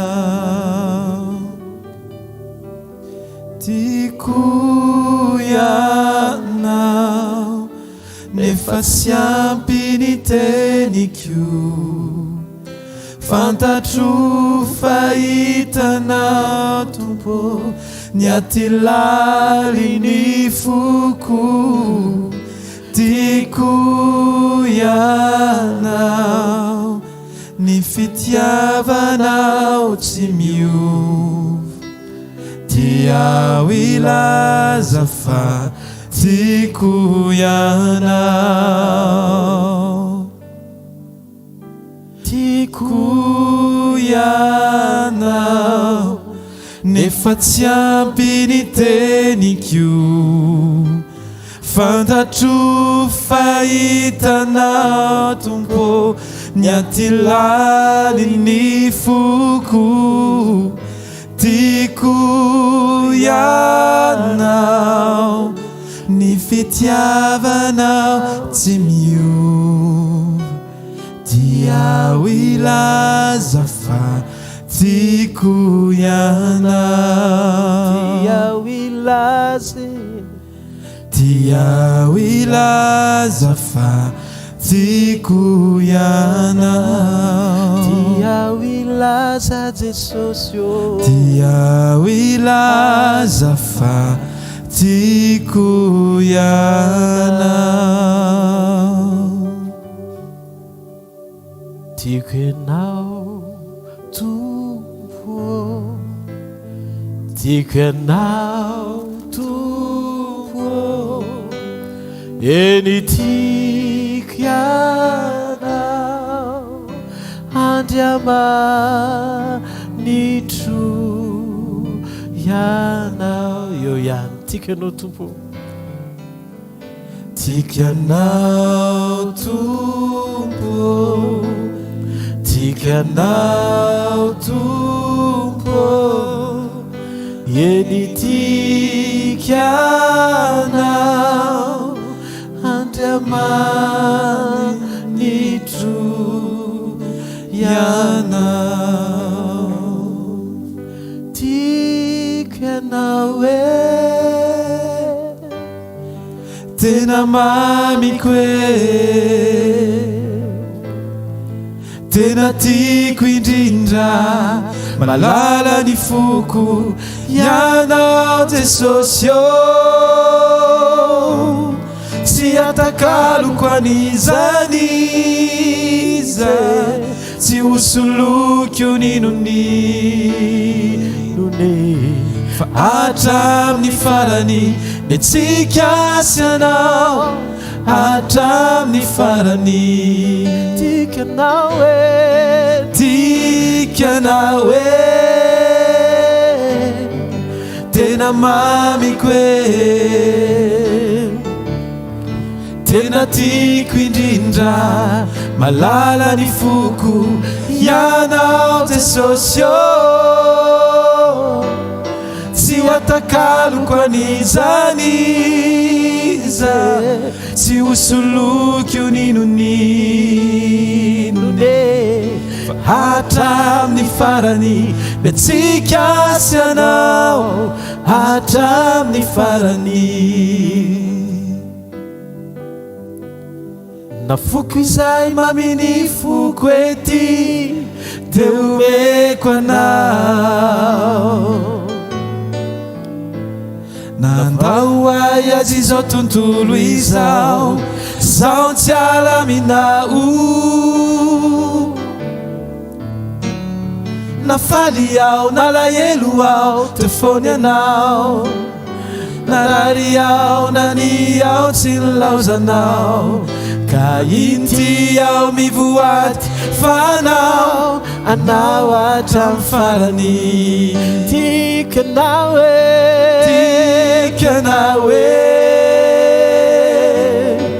tena mamiko e tena tiako indrindra malala ny foko ianao Jesosy tsy atakaloko an'izany iza tsy hosoloky ninonine fa hatramin'ny farany ny antsika sy anao hatramin'ny farany hatramin'ny farany ny antsika sy anao hatramin'ny farany. Afafany amin'ny lanitra ny taninao dia teneny Jesosy, za Jesosy dia araka aminao mandrakizay.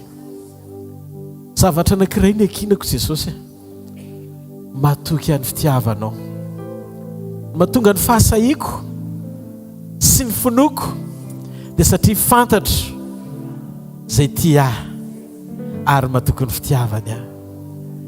Androany Jesosy, manao voady aminao aho, fanaradianao mandrakizay. Vonina Jesosy ny anefy zay tianao amin'ny androm-piainako rehetra. Inty aho Jesosy ho anao mandrakizay aho.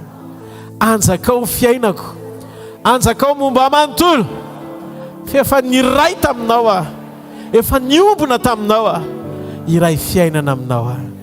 Amin'ny anaran Jesosy, amen. Ndao tsika ty atanana mafy be ho an'Andriamanitra, horakoraka mafy be ho an'i Jesosy. Halleluja. Hitanareo re Jehovah ka hiaro anareo, ampamirapirana ny tavany aminareo ne Jehovah ka midra fo aminareo, anandratra ny tavany aminareo ne Jehovah ka menareo fiadanana. Tononoko amin'ny anaran Jesosy, akasika anao fanasitranana avy any ambony.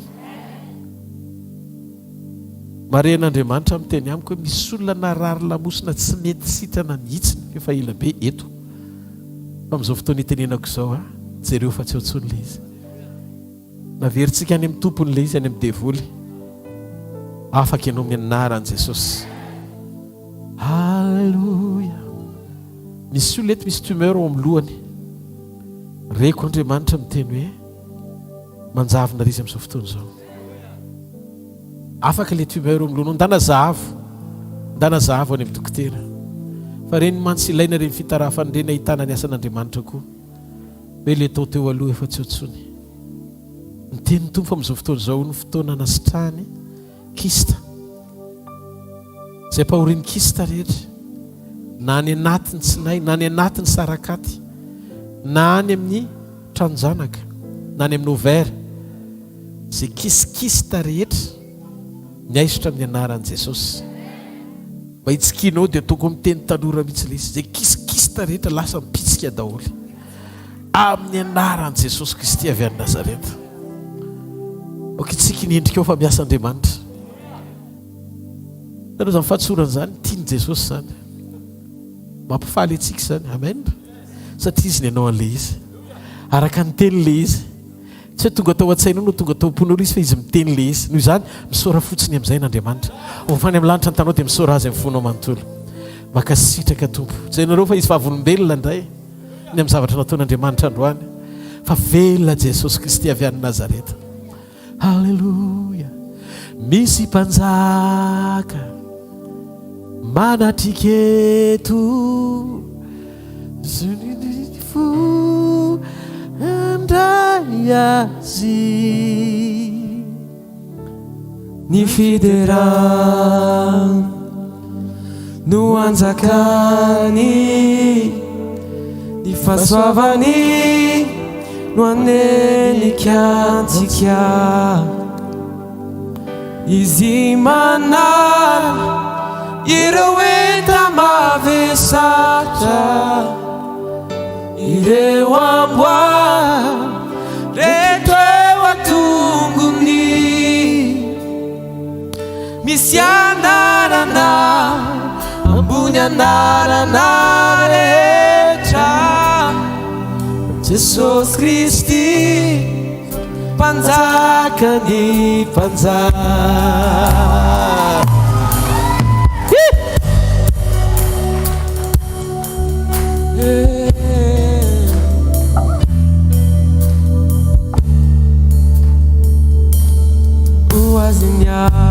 Atolory azy zany amin'ny fanandratantanana ambony ho an'i Jesosy mpanjaka atsika lay mendrika mandrakizay izy lay izy atraitraika ao mandrakizay halleloia aoka napaka amin'ny taranaka fara-mandimby ny fahefany sy ny voninahitra lehibe ka mendrika io dia raina ny anarany halleloia tianana mike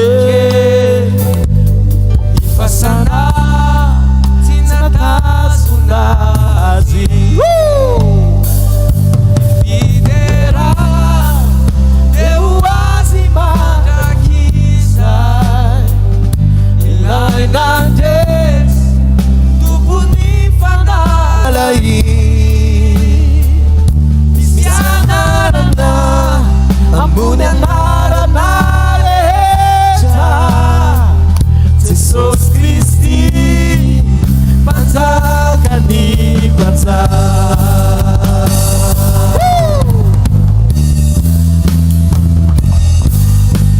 antsika fare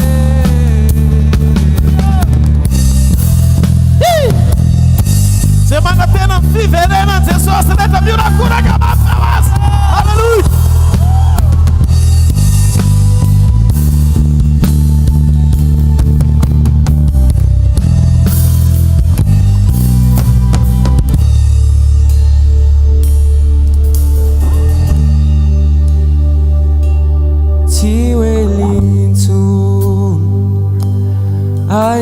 aitazisik ni ranomaso